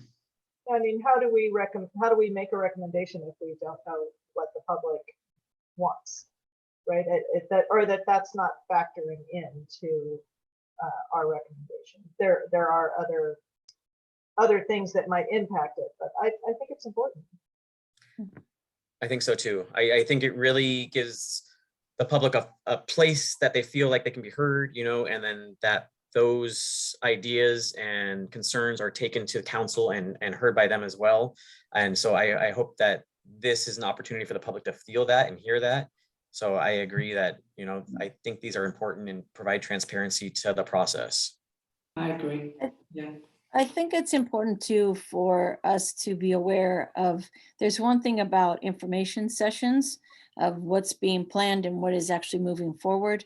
And there's another thing, like, you know, that's why I asked specifically, like, what is the visioning process? Is step one just letting people know that they're, you know, that we're accepting ideas, and step two is an RFP process, and we're actually going to do, you know, a public meeting where people can listen to people that are presenting their ideas, and, you know, so sort of like a grant process, or how exactly, you know, what would the goal be to have the public show up and give us their ideas if they feel like their ideas don't have any foothold to take root.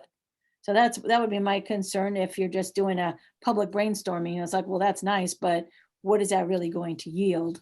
But if you are doing, if the city actively is seeking, you know, proposals for how that space would be used from organizations or individuals within the community, then I think that's important. That's an important distinction. Good call. Yeah, because I feel like with the sports complex, I'm not saying that it's done and over with, but, you know, that's already a little further along in the process, and something's you know, already kind of in motion versus, you know, the visioning where it's like, okay, this is, you know, you can get in at, you know, in the lower level in the process and you know, have your ideas take a better, would you say, foothold? Yeah. So I think that might be good to help, you know, outlay that and figure that out, you know, and provide those expectations and parameters of these. Okay, so yes.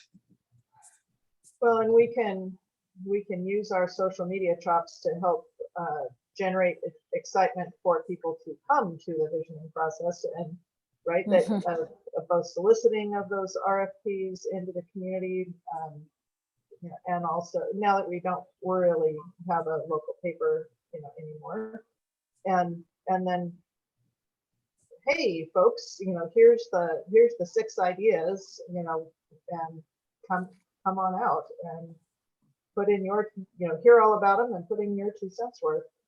You know, it's, do you start with the RFPs then, and then have a you know, a public meeting to hear what the people in that area think of those different ideas, or do you start with the public first? I think you have to put it out there to the public that there is an opportunity to utilize this space or to participate in to put out an idea, however it is that you phrase the RFP, right? That has to get out there so that people even know they can, you know, apply for it. Yeah, and I think the city has to be open to that process. Like, I don't know if that's a council decision or not, and I know Matt has his hand up, but to me, as a commission, I feel like we would need the council to say, we want you to move forward with RFP visioning process or something like that. Yeah. You know, or are we supplementing the city's visioning process? We're supporting that as opposed to running those. Matthew, go ahead.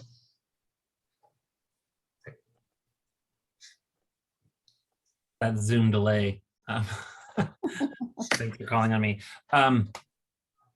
This is great. You guys are sort of talking about individual projects, and I think that may be the approach to take. I'm not questioning that.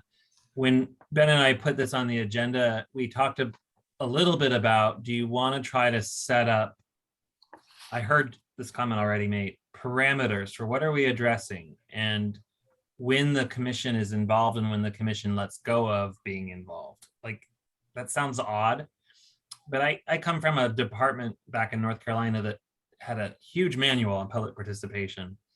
And we realized sometimes we were just doing information exchanges on the low end of participation. And then we were also doing sometimes on the high end consensus seeking, where we had nothing would happen without consensus. And it was based on only those things that the public had spoken in a public record. I'm not suggesting we're ready for a big manual on public policy and procedures. But I do think, as you were just talking about it, there are different paths to take. And I don't expect you guys to have an answer on the spot, but I'm glad Ben rose the question on the why. Do you want to be the public forum for the sports complex, probably for the next 10 years? And I'm not saying that's right, wrong, or indifferent, but I want to know, do you want to be the public forum where people come after an open house and say, we want to register our comments with you? Or do you think you want to be that proactive commission that is seeking consultation, not just feedback through a public forum? Like, consultation is actually being there. There's like different levels, right? And I guess I'm hearing you say you like being proactive. I'm not hearing you say you want a formalistic role where you just take public comment and pass it forward. You sound like you want to process stuff. And you would come to, this is really your test, we might need, the mayor has asked that we have an open house on the sports complex, and she'd like to have it this month, which is really short notice. And staff is going to start getting ready for this. But I've told staff, I'm going to ask the commission, do they want to be the public participation forum, and understanding that either you're running the open house or all the information from the open house is coming to you in your regular meeting? There's a role choice. And sometimes you want master planning. It sounds like you've already decided, yeah, we really want to be involved. You could always say, no, we're going to have a citizen committee do that. We're going to find stakeholders. They're going to run the master plan. It's a role choice for the commission. So when Ben asked that YMCA question, it comes with a very practical hit to your work program and to your focus as commissioners. Do you want to be the processors of information, or do you want to be the generators and consultants on it? And the sports complex is really pushing, because people need to know that their citizens are listening and they're being heard, and that, you know, they've got advocates working on their behalf. Stephanie, want to take a shot?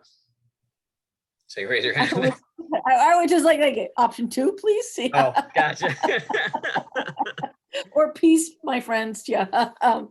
No, I feel like I don't know. I feel like that there's enough work on that particular project moving forward that I think it goes beyond what we as a commission can really do. But that's just my initial impression. And if I don't want to stop forward momentum on a plan that's already moving. And I feel like there's a lot of smart people involved in that project that if I am in a general review and consulting mode, I would be happy to support that. But to be a primary go-to person on that, I feel like personally my priorities might be in other places. Mm-hmm. Ben, let me interrupt, because this is a really hard subject when it's kind of vague, and some of it, well, I cannot clarify 100%. But when it comes to the question I'm posing to you about the sports complex, it's to the long-range master plan of the whole complex. Stephanie and others might be speaking about the fact that there is a phase that has already begun a design process. It is going to have public participation throughout phase 1, and it's going to be run by consultants. BCRA has been hired. They've been asked to do enhanced public participation, not just standard. The council has expected them to bring to the public designs before we get to even 30%. So phase 1B, which happens to be the multi-use recreation components with playgrounds and stage and other things, that has its own public process and it's in design. That phase, you wouldn't be the leader of, because that's right, that's well vested. What you would have as a role, if you were so inclined, is not only help draft master plans, but then be the the place and the voice of where you consider amendments, where you consider how updates and processing to the public, this is what we're talking about over the next 10 years. And I know you have work to catch up on that. I do too. But right now it doesn't fall to anyone to represent. I mean, you're the public forum and you guys have to define at what level. We are going to be known as where we just process in a meeting to the council. And I think Stephanie, you said no, but that's not wrong. I mean, that's an important role. Or we're going to be the ones that people really know that we're invested in and making plans. It's like prioritizing your role.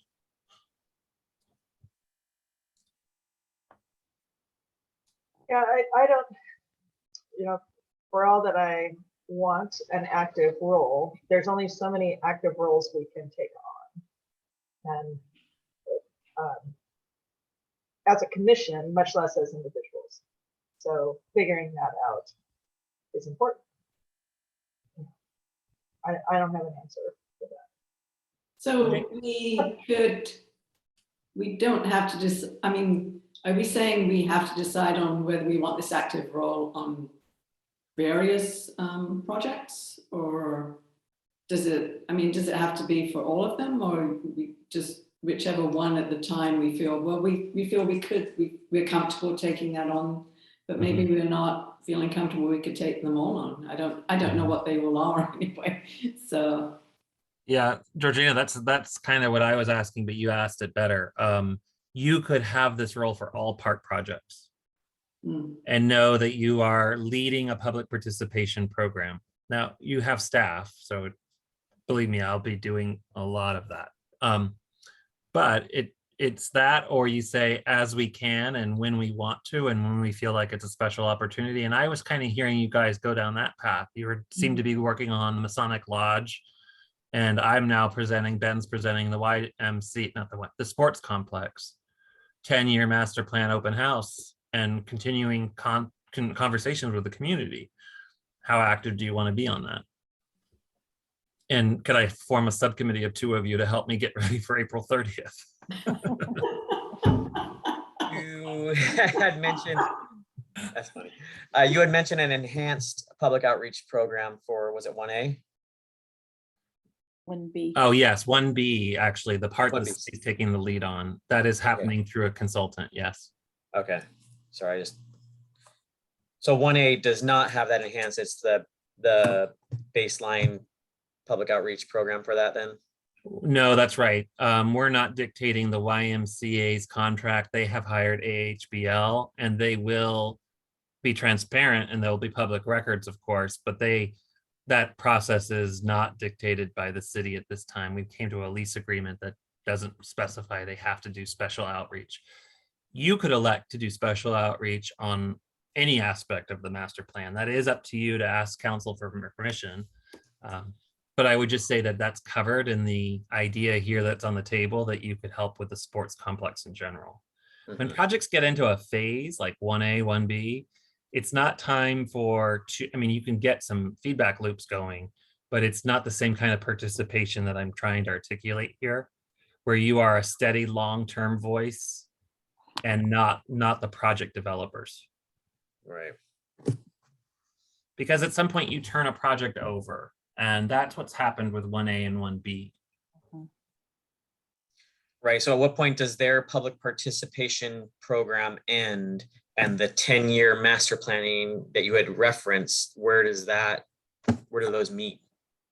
Yeah, well, the 10-year master planning encompasses it, right? And it never stops learning from each phase and amending what the sense of needs might be, that things have changed. So I would say, Ben, you just focus on the 10-year one, because once a project has been authorized in accordance to a master plan, and then we've moved into development, it's not done, and the community can make amendments. But I would just say that that's not your likely role, since council's already put the project forward. You're helping before council has authorized funds and said, that's right, that's what we're doing. Okay. Well, in that case, I mean, I don't want to spoil anybody's dreams, but a council has says we're doing 1A and 1B. Right. Right. So, I mean, I would feel comfortable, as far as participation in the sports complex, maybe not the full on 10-year outlay. I mean, with the amount of turnover we have in the Parks Commission, it's that 10-year outlook seems pretty lengthy and committed. And, as far as how much participation is needed, I mean, we meet 12 times a year, plus or minus, and that seems like it'd take a big chunk out of our work plan possibilities. Not to say that's not important, not to say it's not important at all, but That's sort of where my head was going, that we have, 2.5-hour meetings 10 times a year. And it's hard to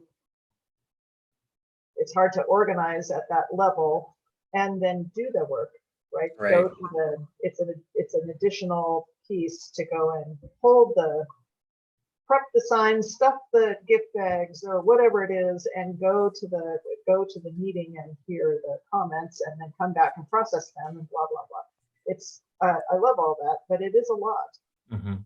It is a Louisa, lot. how much involvement, if you don't mind taking a minute to share on ANSITH? It sounds like you were very, very involved in the master planning of ANSITH. Yes. And was the commission involved in the point of you guys had a role that you understood? So I wasn't on the commission when it started. So when it started, I was helping to speak for the Gig Harbor Community Kayak Race Team's needs. And then my kids rolled off the team, and it gave me an opportunity to represent the community paddlers instead. But the shape of that was that I attended most design meetings and most planning meetings, and then there was the city staff and had these meetings. For instance, at least there were so many over the years, but even more recently, had meetings with the separate stakeholders and brought stakeholders together to talk. There were some parts of that were very contentious, but it was also gathering information. The community paddlers met and divided. So the community met. It meant that you were not a neighbor or on the team or a fisherman. So the fourth element was regular people that are not those other three things. But those people divvied up into, are they paddlers or are they just friendly participants in the community? So there was a lot of information to kind of gather and incorporate, and how we were going to do the public piece, the public rental piece. The city has to make all those decisions, but there was an effort to gather that input from the community and bring it up to the city. That sounds very much community run and not commission run. Yeah, Stakeholders took the lead and they went to everything the city offered, but it wasn't that the commission was really leading discussions on ANSITH. I would say that's true. That's true. But staff is always there, right? And they are helping to direct that. And they've scheduled it, and there's meeting space, and there are post-it boards on stands to take notes, right? There's structure that the city has provided, and then the people that were chosen to lead those stakeholder groups, of which I was the community person, then the four of us had been asked to take on additional roles and coordinate with them with the groups. Yeah, I'm picking up on, limited time and availability and capacities and all that. It might be that you get briefed on what the public participation program is for every park project, and that you concur with the approach we're taking, but you don't have to be responsible as a commission for it. That's one idea. You could also say your commission would like to appoint kind of a representative for every time there's a park project, and that person will do special efforts to be involved and report back to the commission. These are just manageable ways maybe for you to reach in and ensure that you're watching and aware of the public participation projects without, and I would give you approval of park ones, but anyways, that you would be aware of the programs, not necessarily having to be the main lead of it. Because you can go to the idea that staff is doing that. I think that could work. Yeah, I think you're right. It's somewhere between running it and I wouldn't say quite just made aware of it, but somewhere in between that. You know, some level of participation from the Park Commission, I think.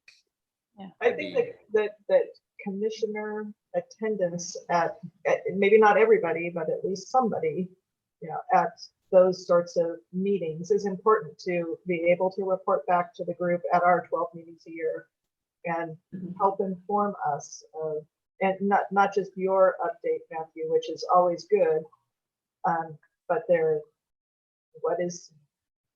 I think it's important for us to be in the community and be here. But and then we can divvy it up. Then it's not so much of a whole group every time, right? We can, Yeah. So with and that then if approach you in care mind, about, Georgina cares deeply about Shaw Park. You know, if someone else cares about some other project deeply and wants to routinely be involved in Crescent Creek or the Masonic Lodge or whatever, then they can do that. I agree with Louise, and also it would take less away from the other work that we want to be doing. Yeah. so Luis, do you have a vision then? With that said, how would you approach the fact the city wants to do an open house on the sports complex? Would you say that one of you should be kind of representing the commission and be there? At Would you least, say, yeah, so that you were participating in an open house? I would. Okay. When it was scheduled before and it ended up getting rained or snowed out or whatever happened, right? That we didn't have it a few months ago. Yes, that was a big snafu. Right, the snafu event. That, I mean, I would have attended that had it happened. I was ready to go on that day. Great. Okay.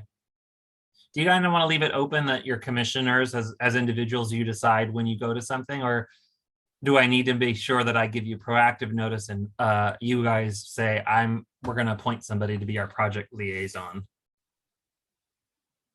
And you don't have to answer on the spot, but that kind of affects your work program. And if I just know that one of you is going to come to an open house at the end of April, that's probably good for tonight.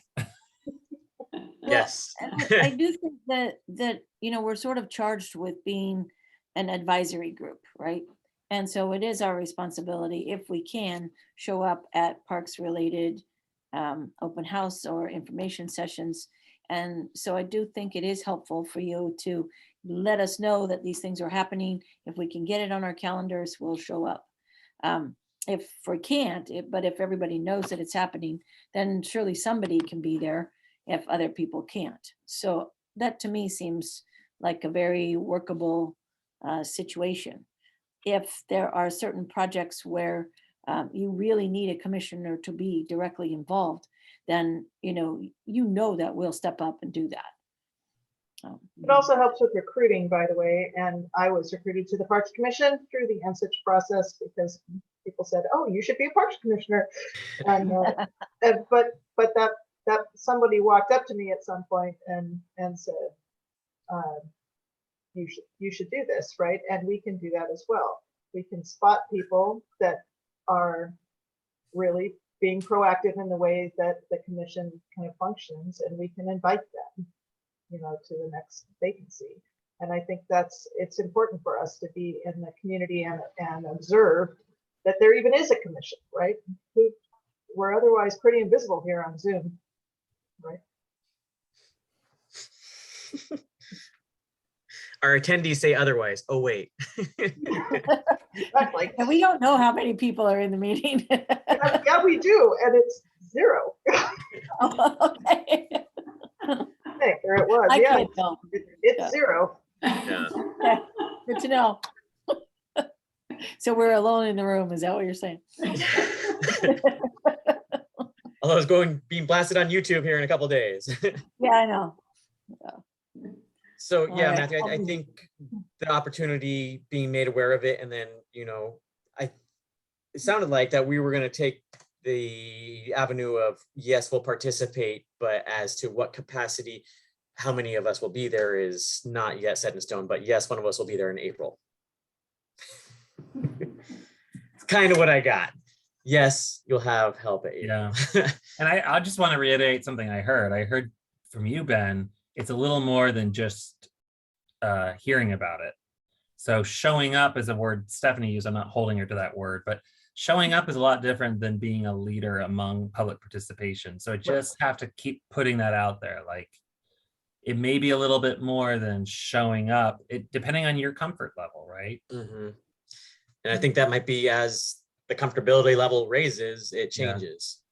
I mean, I like being at a public meeting that the city is running and say, we have a parks commissioner here and they have heard your comments and they might like to tell you about the upcoming meeting and what they think we could do about this. And it's Well, nice you to know, know that there's an accountable public body for a public park project. I was going to talk to you about having for Crescent. I was thinking of it for Crescent Creek, but it could be for anything, I guess. When we had the kids from Discovery come to Veterans Park, it was such a great format. There was all the people that have a role at the city, the environmental guy and the water guy and one of the police officers and a couple city council people, a couple park commissioners, kind of all the people that end up having decision-making roles of some kind in this park. The kids went from place to place and they asked, they got informed about what these different jobs have a role, what their role was in developing that park. And it was fascinating and the kids loved it, but the adults loved it too. And they don't know, this is new news, right? Most people are not that tuned in to that. But at the start of the visioning process, going around the circle one way or the other, from place to place, say, I'll pick on Crescent Creek, having the environmental person saying, these are all the things that I have to consider as we go through this process. And the security person saying, these are the things that I pay attention to about security in a park like this.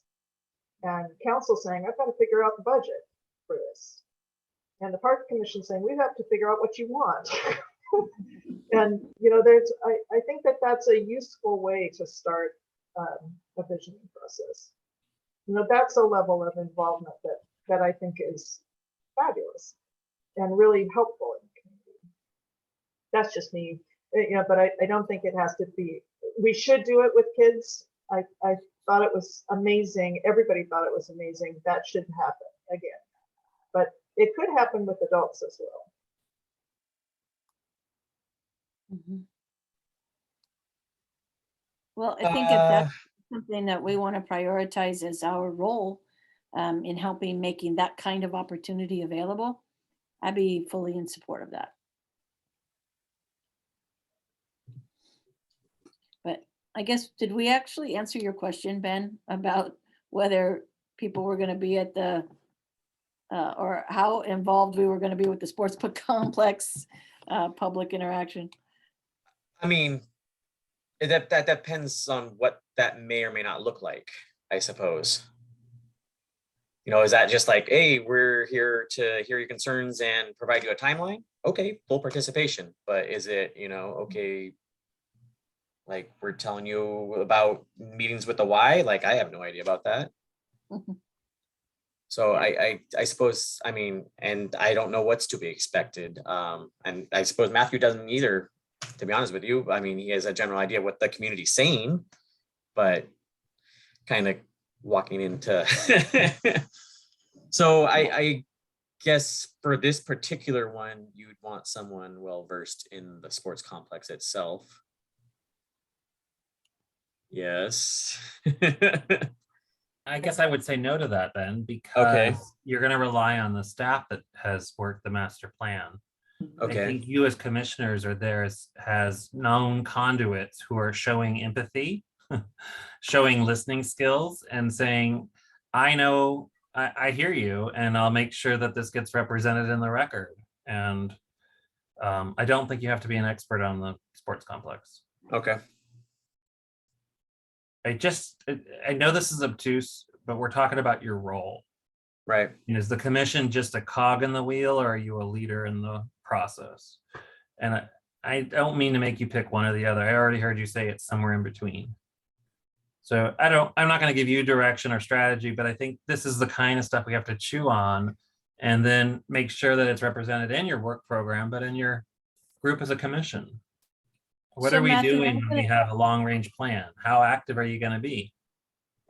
Okay, since I'm a visual thinker, I'm going to build on what metaphor you just threw out there, which is cog. Because the way I see this is the old wagon wheel, right? The general public, the people of the city are the rim of the wheel. That's the first contact that anybody that's having with any of these parks is first contact, right? The commission, us, are basically the spokes. You got to have the spokes to hold the wheel in place and to hold the rim in place, but they're also conduits to get to the hub where the axle is, where the work is getting done, and that's you. So that's how I visually would think of it. That works for me because I'm like, okay, now I know where I fit in that process.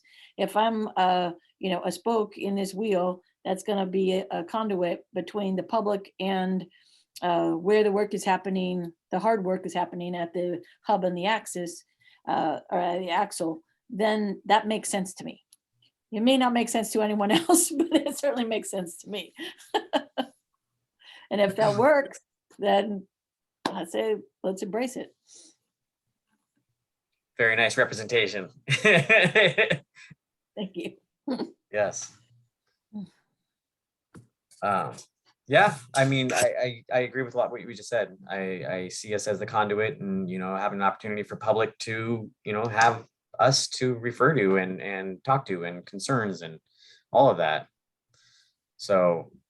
Now you're closer, Matthew. Conduit's a good word. Yeah. So what would that look like then in your eyes, Matthew, at a public meeting, for a public forum? What? Yeah, I would certainly always speak to you guys, not just because I like you, but as a resource. And I would say that the public always needs to know wherever there's a feedback opportunity and a public process point. And I would say the commission is part of that.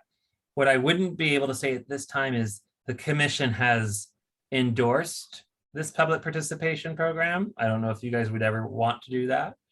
That you have approved a public participation program, because you could do that. So what I'm getting at is I would say you play a public role, and it is ability to communicate and advise to council. Just it's the aspect of how you do that I still would have I could say to the public at the open house, it's a little gray. We're all facilitators. We're all liaisons. It's just some people call the mayor and some people come to a Parks Commission meeting. But I'm letting you know, and I'm sorry to put it back on you, but you get to define how involved you are. Are you going to approve public participation? Are you going to ensure there always is one, even if you're not running it? Because it's true that some things don't need public participation, but you guys could say, oh yes, those lights are going to go under a public review because we really want the lights to come in front of us. And then I need to know that, like, they care about that. Well, I guess I'm a little confused at what the city wants. I mean, honestly, because there's a whole big, like, fuzzy area here. And if the city says the commission's job is to review park proposals and bring them to us, then that is a very specific role. If the city says, we just want you to, be there to support our parks and clean them up, that's a different role. And I don't know if the city has any specific guidelines or directives that tell the commission what we're supposed to do. I mean, maybe they don't, because that's why you wouldn't be asking these questions, right? Right. And it's why there's a work plan approval process and your ability to put in front of them as advocates what you think is important in your work program.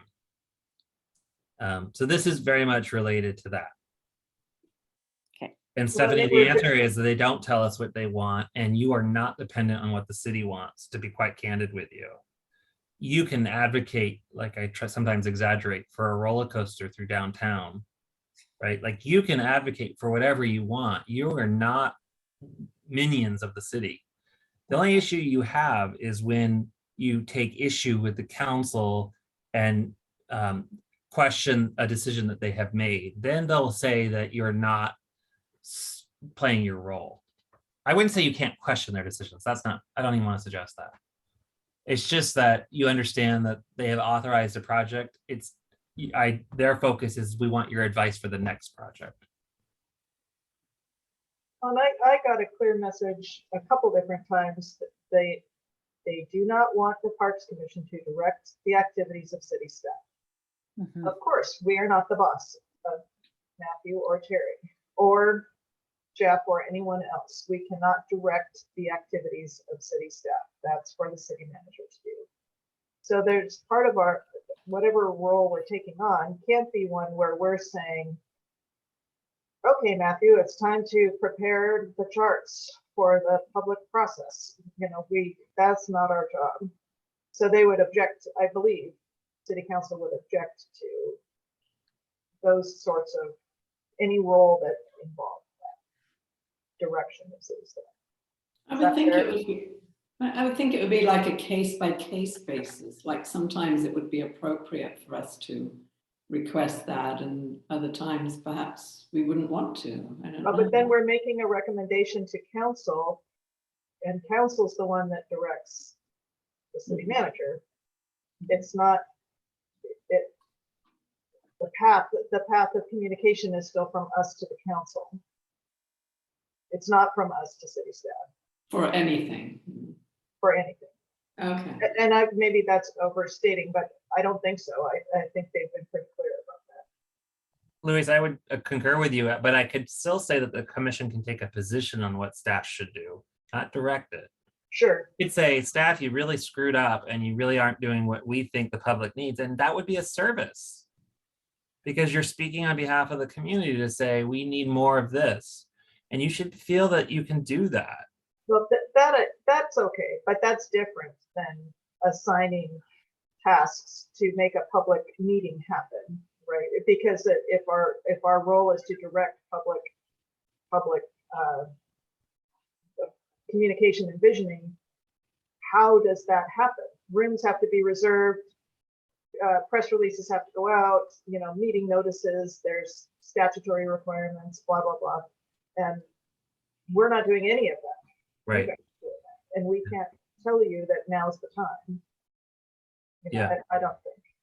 I think you're right, the day-to-day particularly, but the overall approval of the participation program or the endorsement of it, that could be really empowering to you. I see the difference there.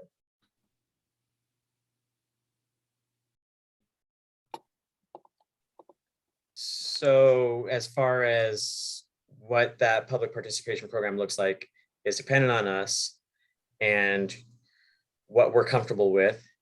And our role is defined by us, or is it that more defined by council, as in we want you here doing this at a public participation, at a public forum? Then if you're asking me, I think it's really up to you guys to answer that, but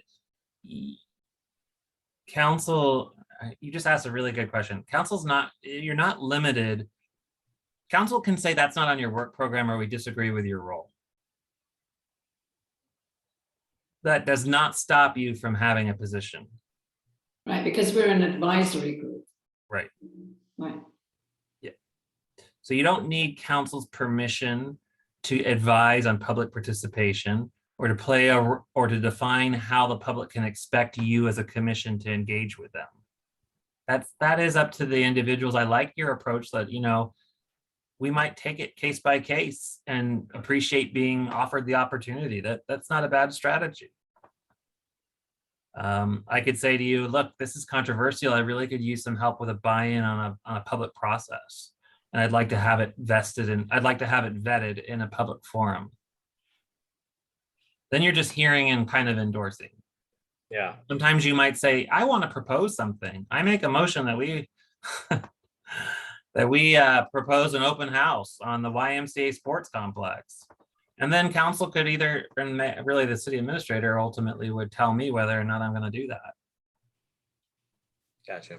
Some city administrations, I'm not saying I know of any, but they might be like, oh no, we're not doing that. And it's been good if a park commission speaks up and says, but you should. Right. Okay, so that's kind of where I guess in my mind it got a little cloudy because like, okay, we can still propose that staff do something, but we can't tell them to do something. Gotcha. And I think it's difficult if we've defined our role as managing the public process for any project, it is quickly going to cross over into, but we need this from you.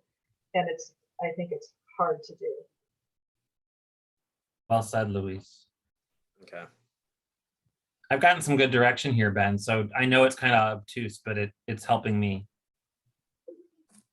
Me too. Provide a lot of clarification. Because I mean, yeah, a lot of this is new. A lot of this is new. So this helps clarify kind of roles and where we're at. And if we're going to be a proactive commission, then I mean, this helps clarify things and where we can be useful and beneficial to the public. So are you looking for a volunteer for that sports complex one then today, or you want to like throw out a date and we'll see who can attend? I've been told to look into trying to do something on April 30th, but I don't know how that could even get advertised sufficiently. So I don't want it beholden to you have to be available that day. But if I know that one or two of you is very interested, that would be nice to know. Well, I can tell you that April 30th is a Saturday, and that is when the Downtown Waterfront Alliance is doing their sip and stroll. So I personally will be busy that day. Yeah, thank you for reminding me of that. Thank you. So just so you're aware of that, because it kind of becomes a big deal for a lot of places downtown when they do that. Yeah. Okay. We'll all need to sip after that public. Buy your tickets now. What are, Stephanie, completely up, what were the hours on the sip and stroll? Do you know? Oh gosh, I think it is 11 to 4. That's Let what I me think. double. Yeah, I don't actually have it, but I know for us it's 11 to 4, so Okay. it's right in that ballpark there. Okay. That's a bit of a conflict to have two. I mean, if you're trying to educate the public, and then you have something else going on, might not be the best date, perhaps. The last time they had it, they sold out their tickets and there was 2,500 tickets or something. I think they sold out already this year too. Yeah. There's a lot of pent up sipping that needs to happen here. And strolling, yeah. It's true. So hearing that we probably won't have our other two parks commissioners by then as well, so that leaves us the other 4. Do we have 2 that might be able to at least informally commit to that date or attending that meeting? I do not have tickets to the sip and stroll, so I'm available. Thank you. Yeah, I can too. Thank you so I much. don't have tickets for this. I didn't even know about it. Okay. It'd be great to have you both. Thank you. Okay. And I may bounce some ideas off of you both. Okay. Thank you. All right. While I'm thinking of it, in terms of the use of our parks, remember that Paddler's Cup is the weekend before, the 23rd and 24th. So sprint canoe and kayak, stand-up paddleboard races on Saturday, 9 to 4-ish.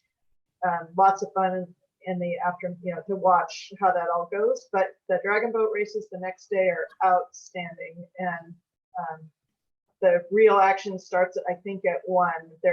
Everybody's sort of learning to paddle in the morning with their Rotary, Prudential, whoever groups, and then the races start in the afternoon.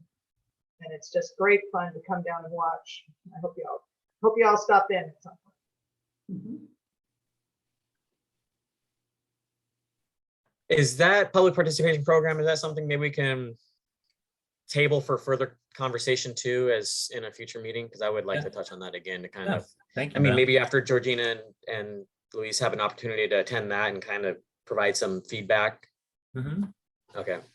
Yeah, that would like to help kind of, craft that role or define that role a little better, because I agree that can be a very useful role, and I think there's a lot to that.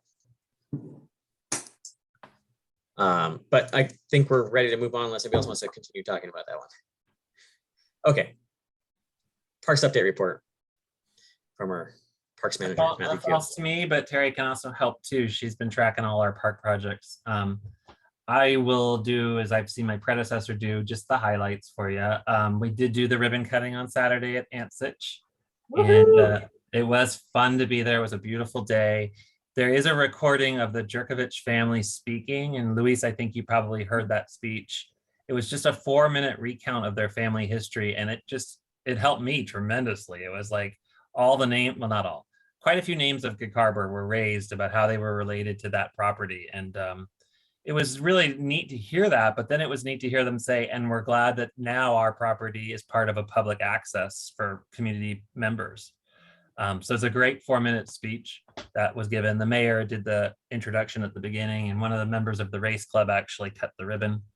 But that was a good public event, and you guys should know that we are still processing our applications and taking fees for the storage units.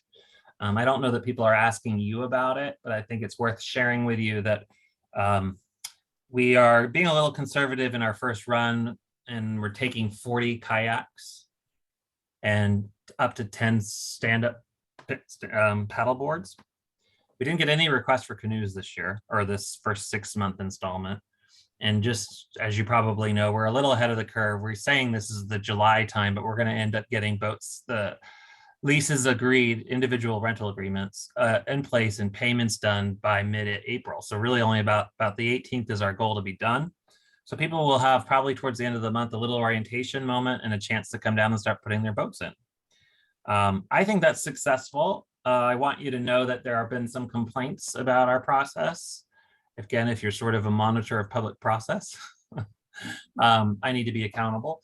There are people who have said that the city residents should have had priority in the lottery, and that it should not have been that anybody could get a slot, like in somebody who's not in the city, over them.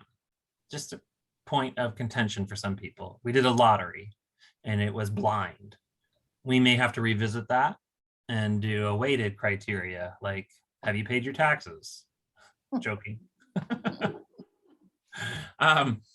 I'll just say, as you guys are commissioners of a public property, you have some role in this to understand the property had other funding in it, state and federal dollars made it.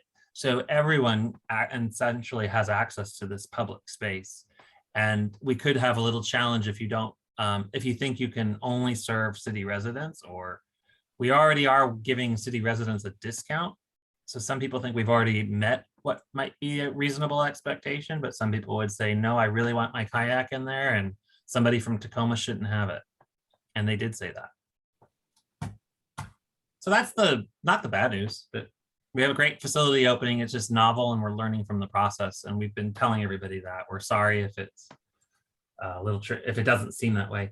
So those first leases are going from when to when?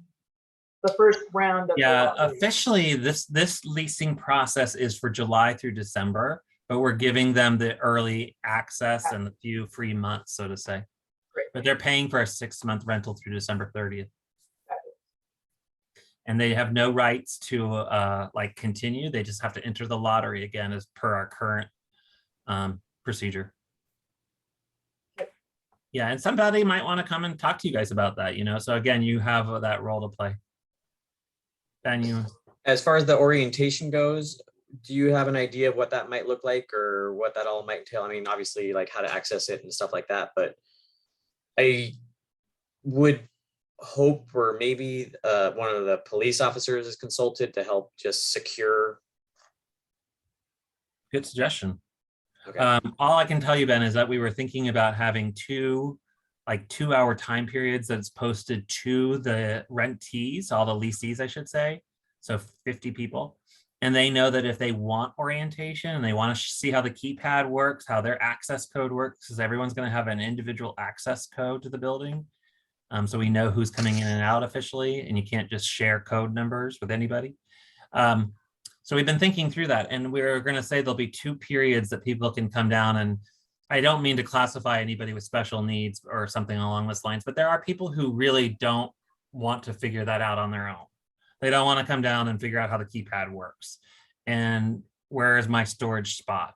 Some people will be all happy, like, I'm gonna go find number 10. I know what to do. But they're all numbered and people have to lock it themselves. But we'll go over that with those people who kind of like some hand holding through that process. So that's what we meant by orientation. We will talk about the rental agreement already covers quite a bit of the liabilities and the rules that they're agreeing to. Like they are the only one allowed in the building is the person on the rental agreement. I mean, some families are going to enter all 10 family members, but officially they know that they're not supposed to give access to multiple people and so forth. They know that they have to close the door behind them. That's a security issue. And it's going to be a problem, I suspect, because there's this big garage door that does not automatically close, although we're trying to get it to automatically close. We want our users to know, oh, I got my kayak out. I go back and close the door before I go in the water. Stay tuned as we learn lessons about ANSITch and how well it works with a lot of great opportunities. But I had my, the net shed, the historic net shed is going to get used in about about a week now. Ed and Boat essentially is leading a classroom, and they're going to come over for commercial fishermen and use the net shed itself. So that's pretty cool. And I just thought I'd let you know that that's going to be the first authorized use of the wooden net shed. And really it is not for, even though some people have taken it for their own use, it is reserved primarily for commercial fishermen as the priority. And if somebody wants to have a yoga class in there, they can't count on it not getting bumped. They can't reserve it. The only people who can reserve it are the commercial fishermen. And that's starting to happen.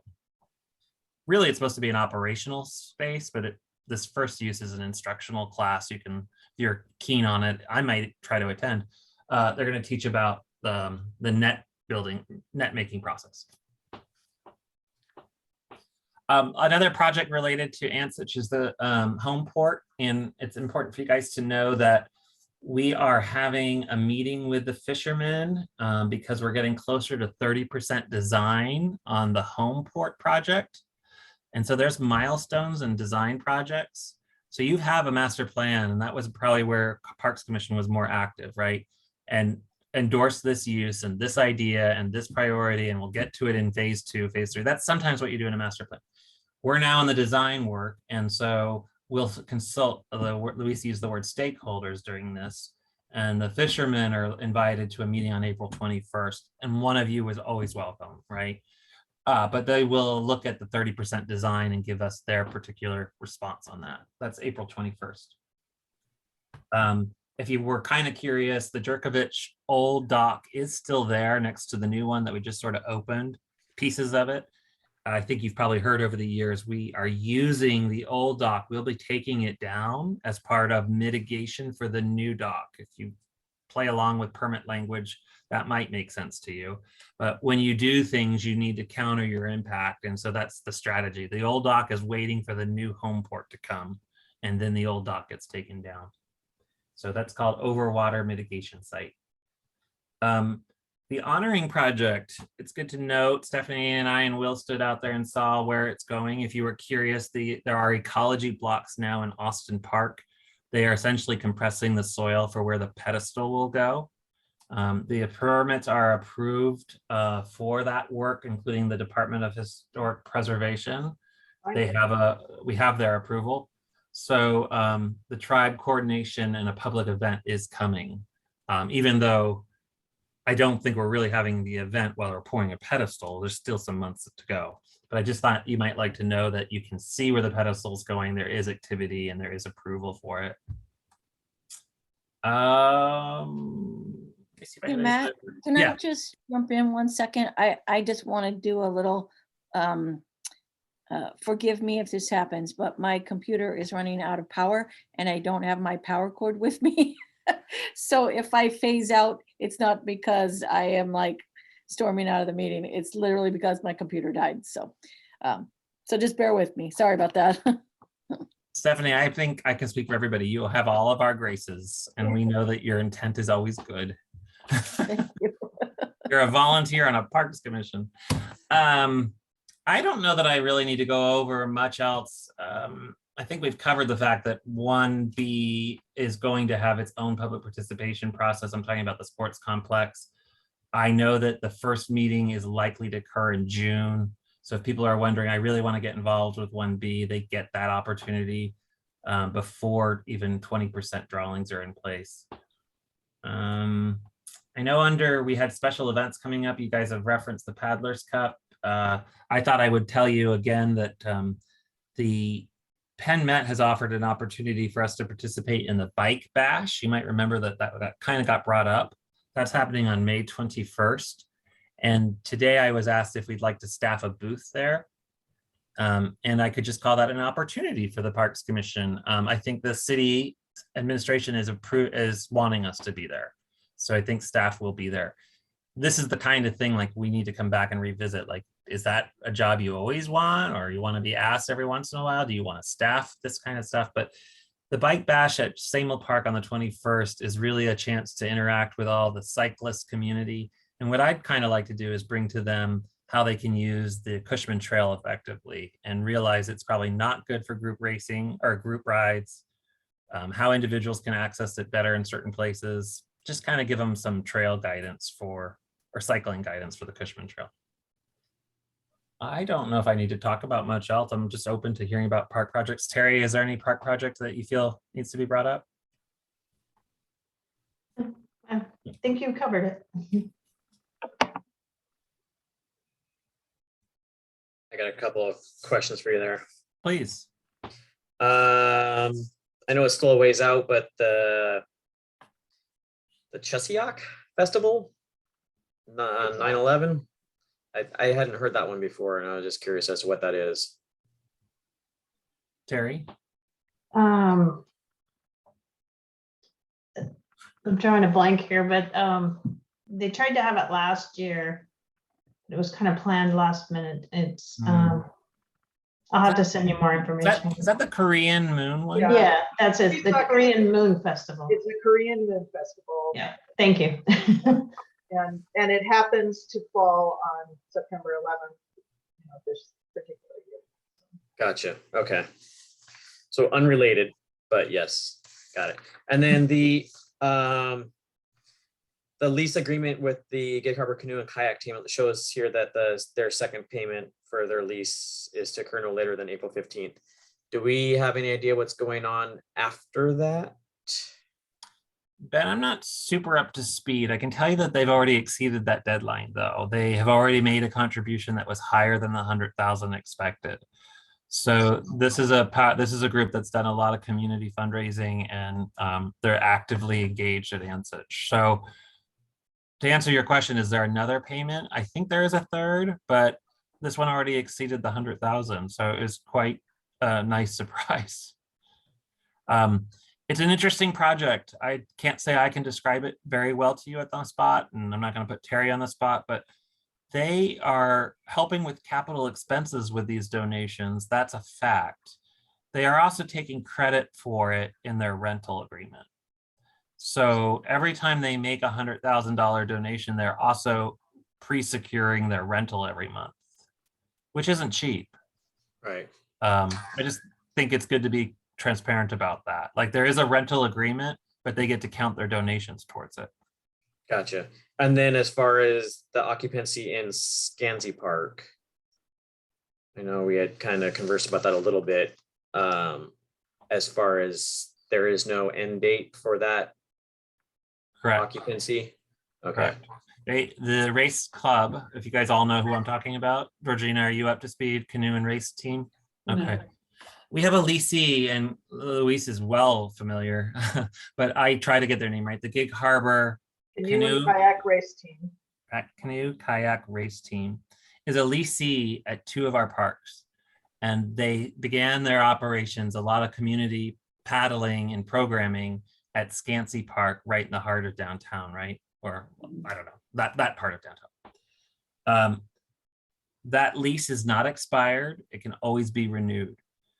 there was a second lease written for Ansich. And in that lease, it anticipated, and by resolution, it anticipated that the race team would locate to Ansich most of their functions. And it didn't say they had to and when, it just said that's the goal. So you could say that we've begun a new period. Ansich is open. Maybe it's time to end the lease at Scansey. However, that team they've told us they can't accommodate their current operations completely out of Ansich. So if we cancel their lease at Scansey, there's a community impact. What I'd like to suggest, and the path staff has taken, and not by my leadership, but while I've been here anyway, it's been, we don't want to see any of your operations get denied. Their master's program for grown adults, it's a great program. Like, that's what our park's meant to do, to allow. They don't have room for masters at Ansich, at least not their boats.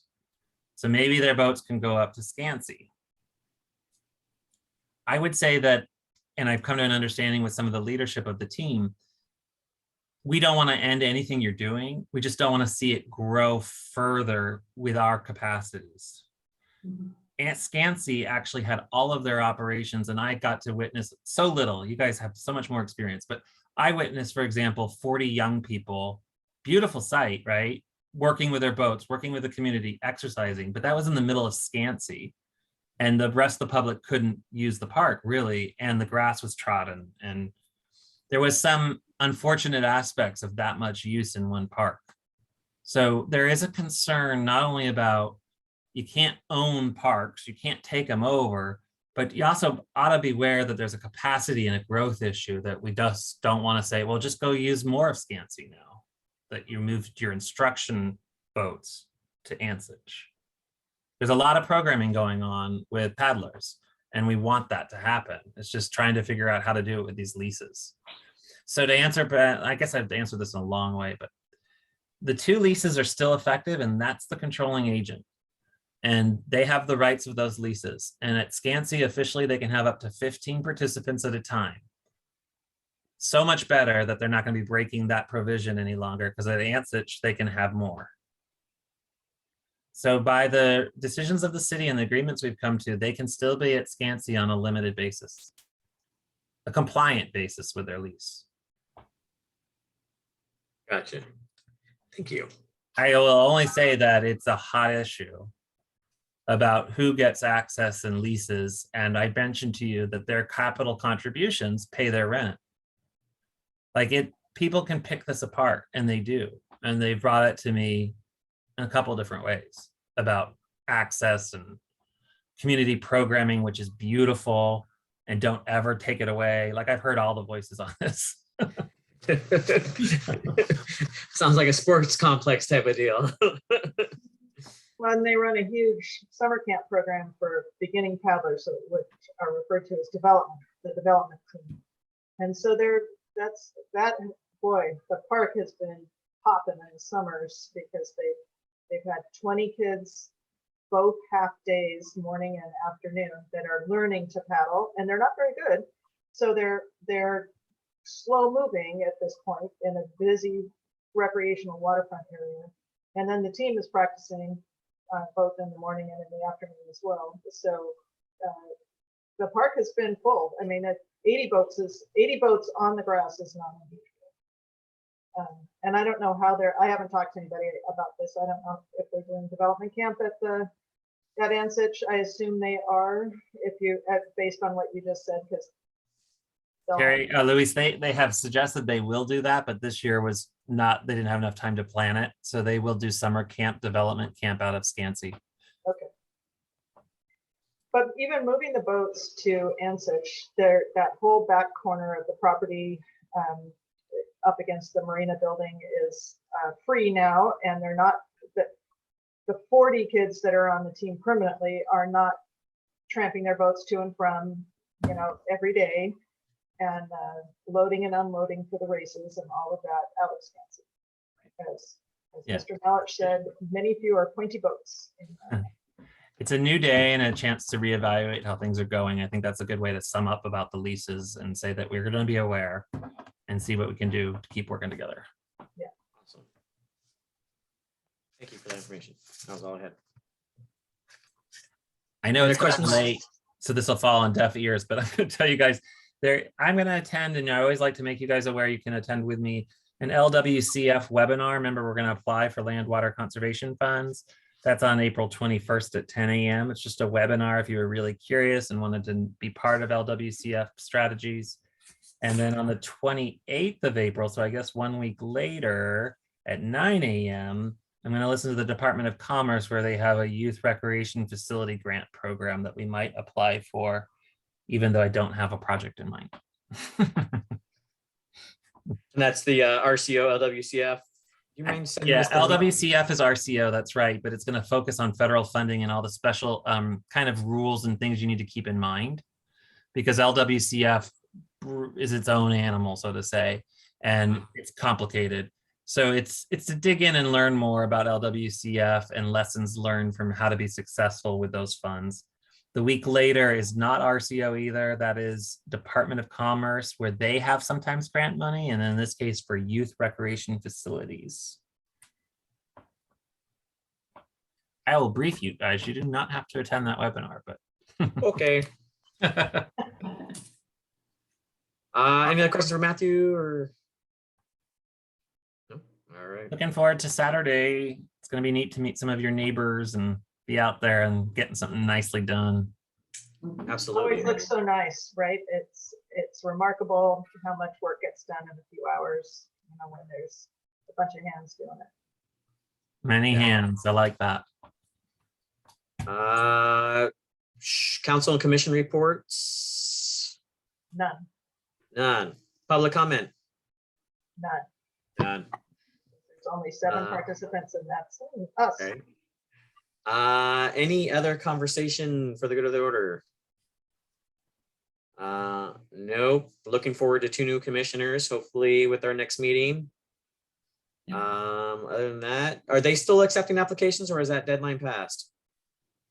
I think that's long past, isn't it? Yeah, okay. Other than that, I got nothing. All right. Is there a motion to adjourn? Stephanie, she used to give us a peace sign. There she is. Better. I will make a motion to adjourn the meeting. All right, I'll second that. All in favor? Aye. Hi. All right, so granted. Have a good night, you guys. Adjourned. Bye, everybody. Bye. Thank you.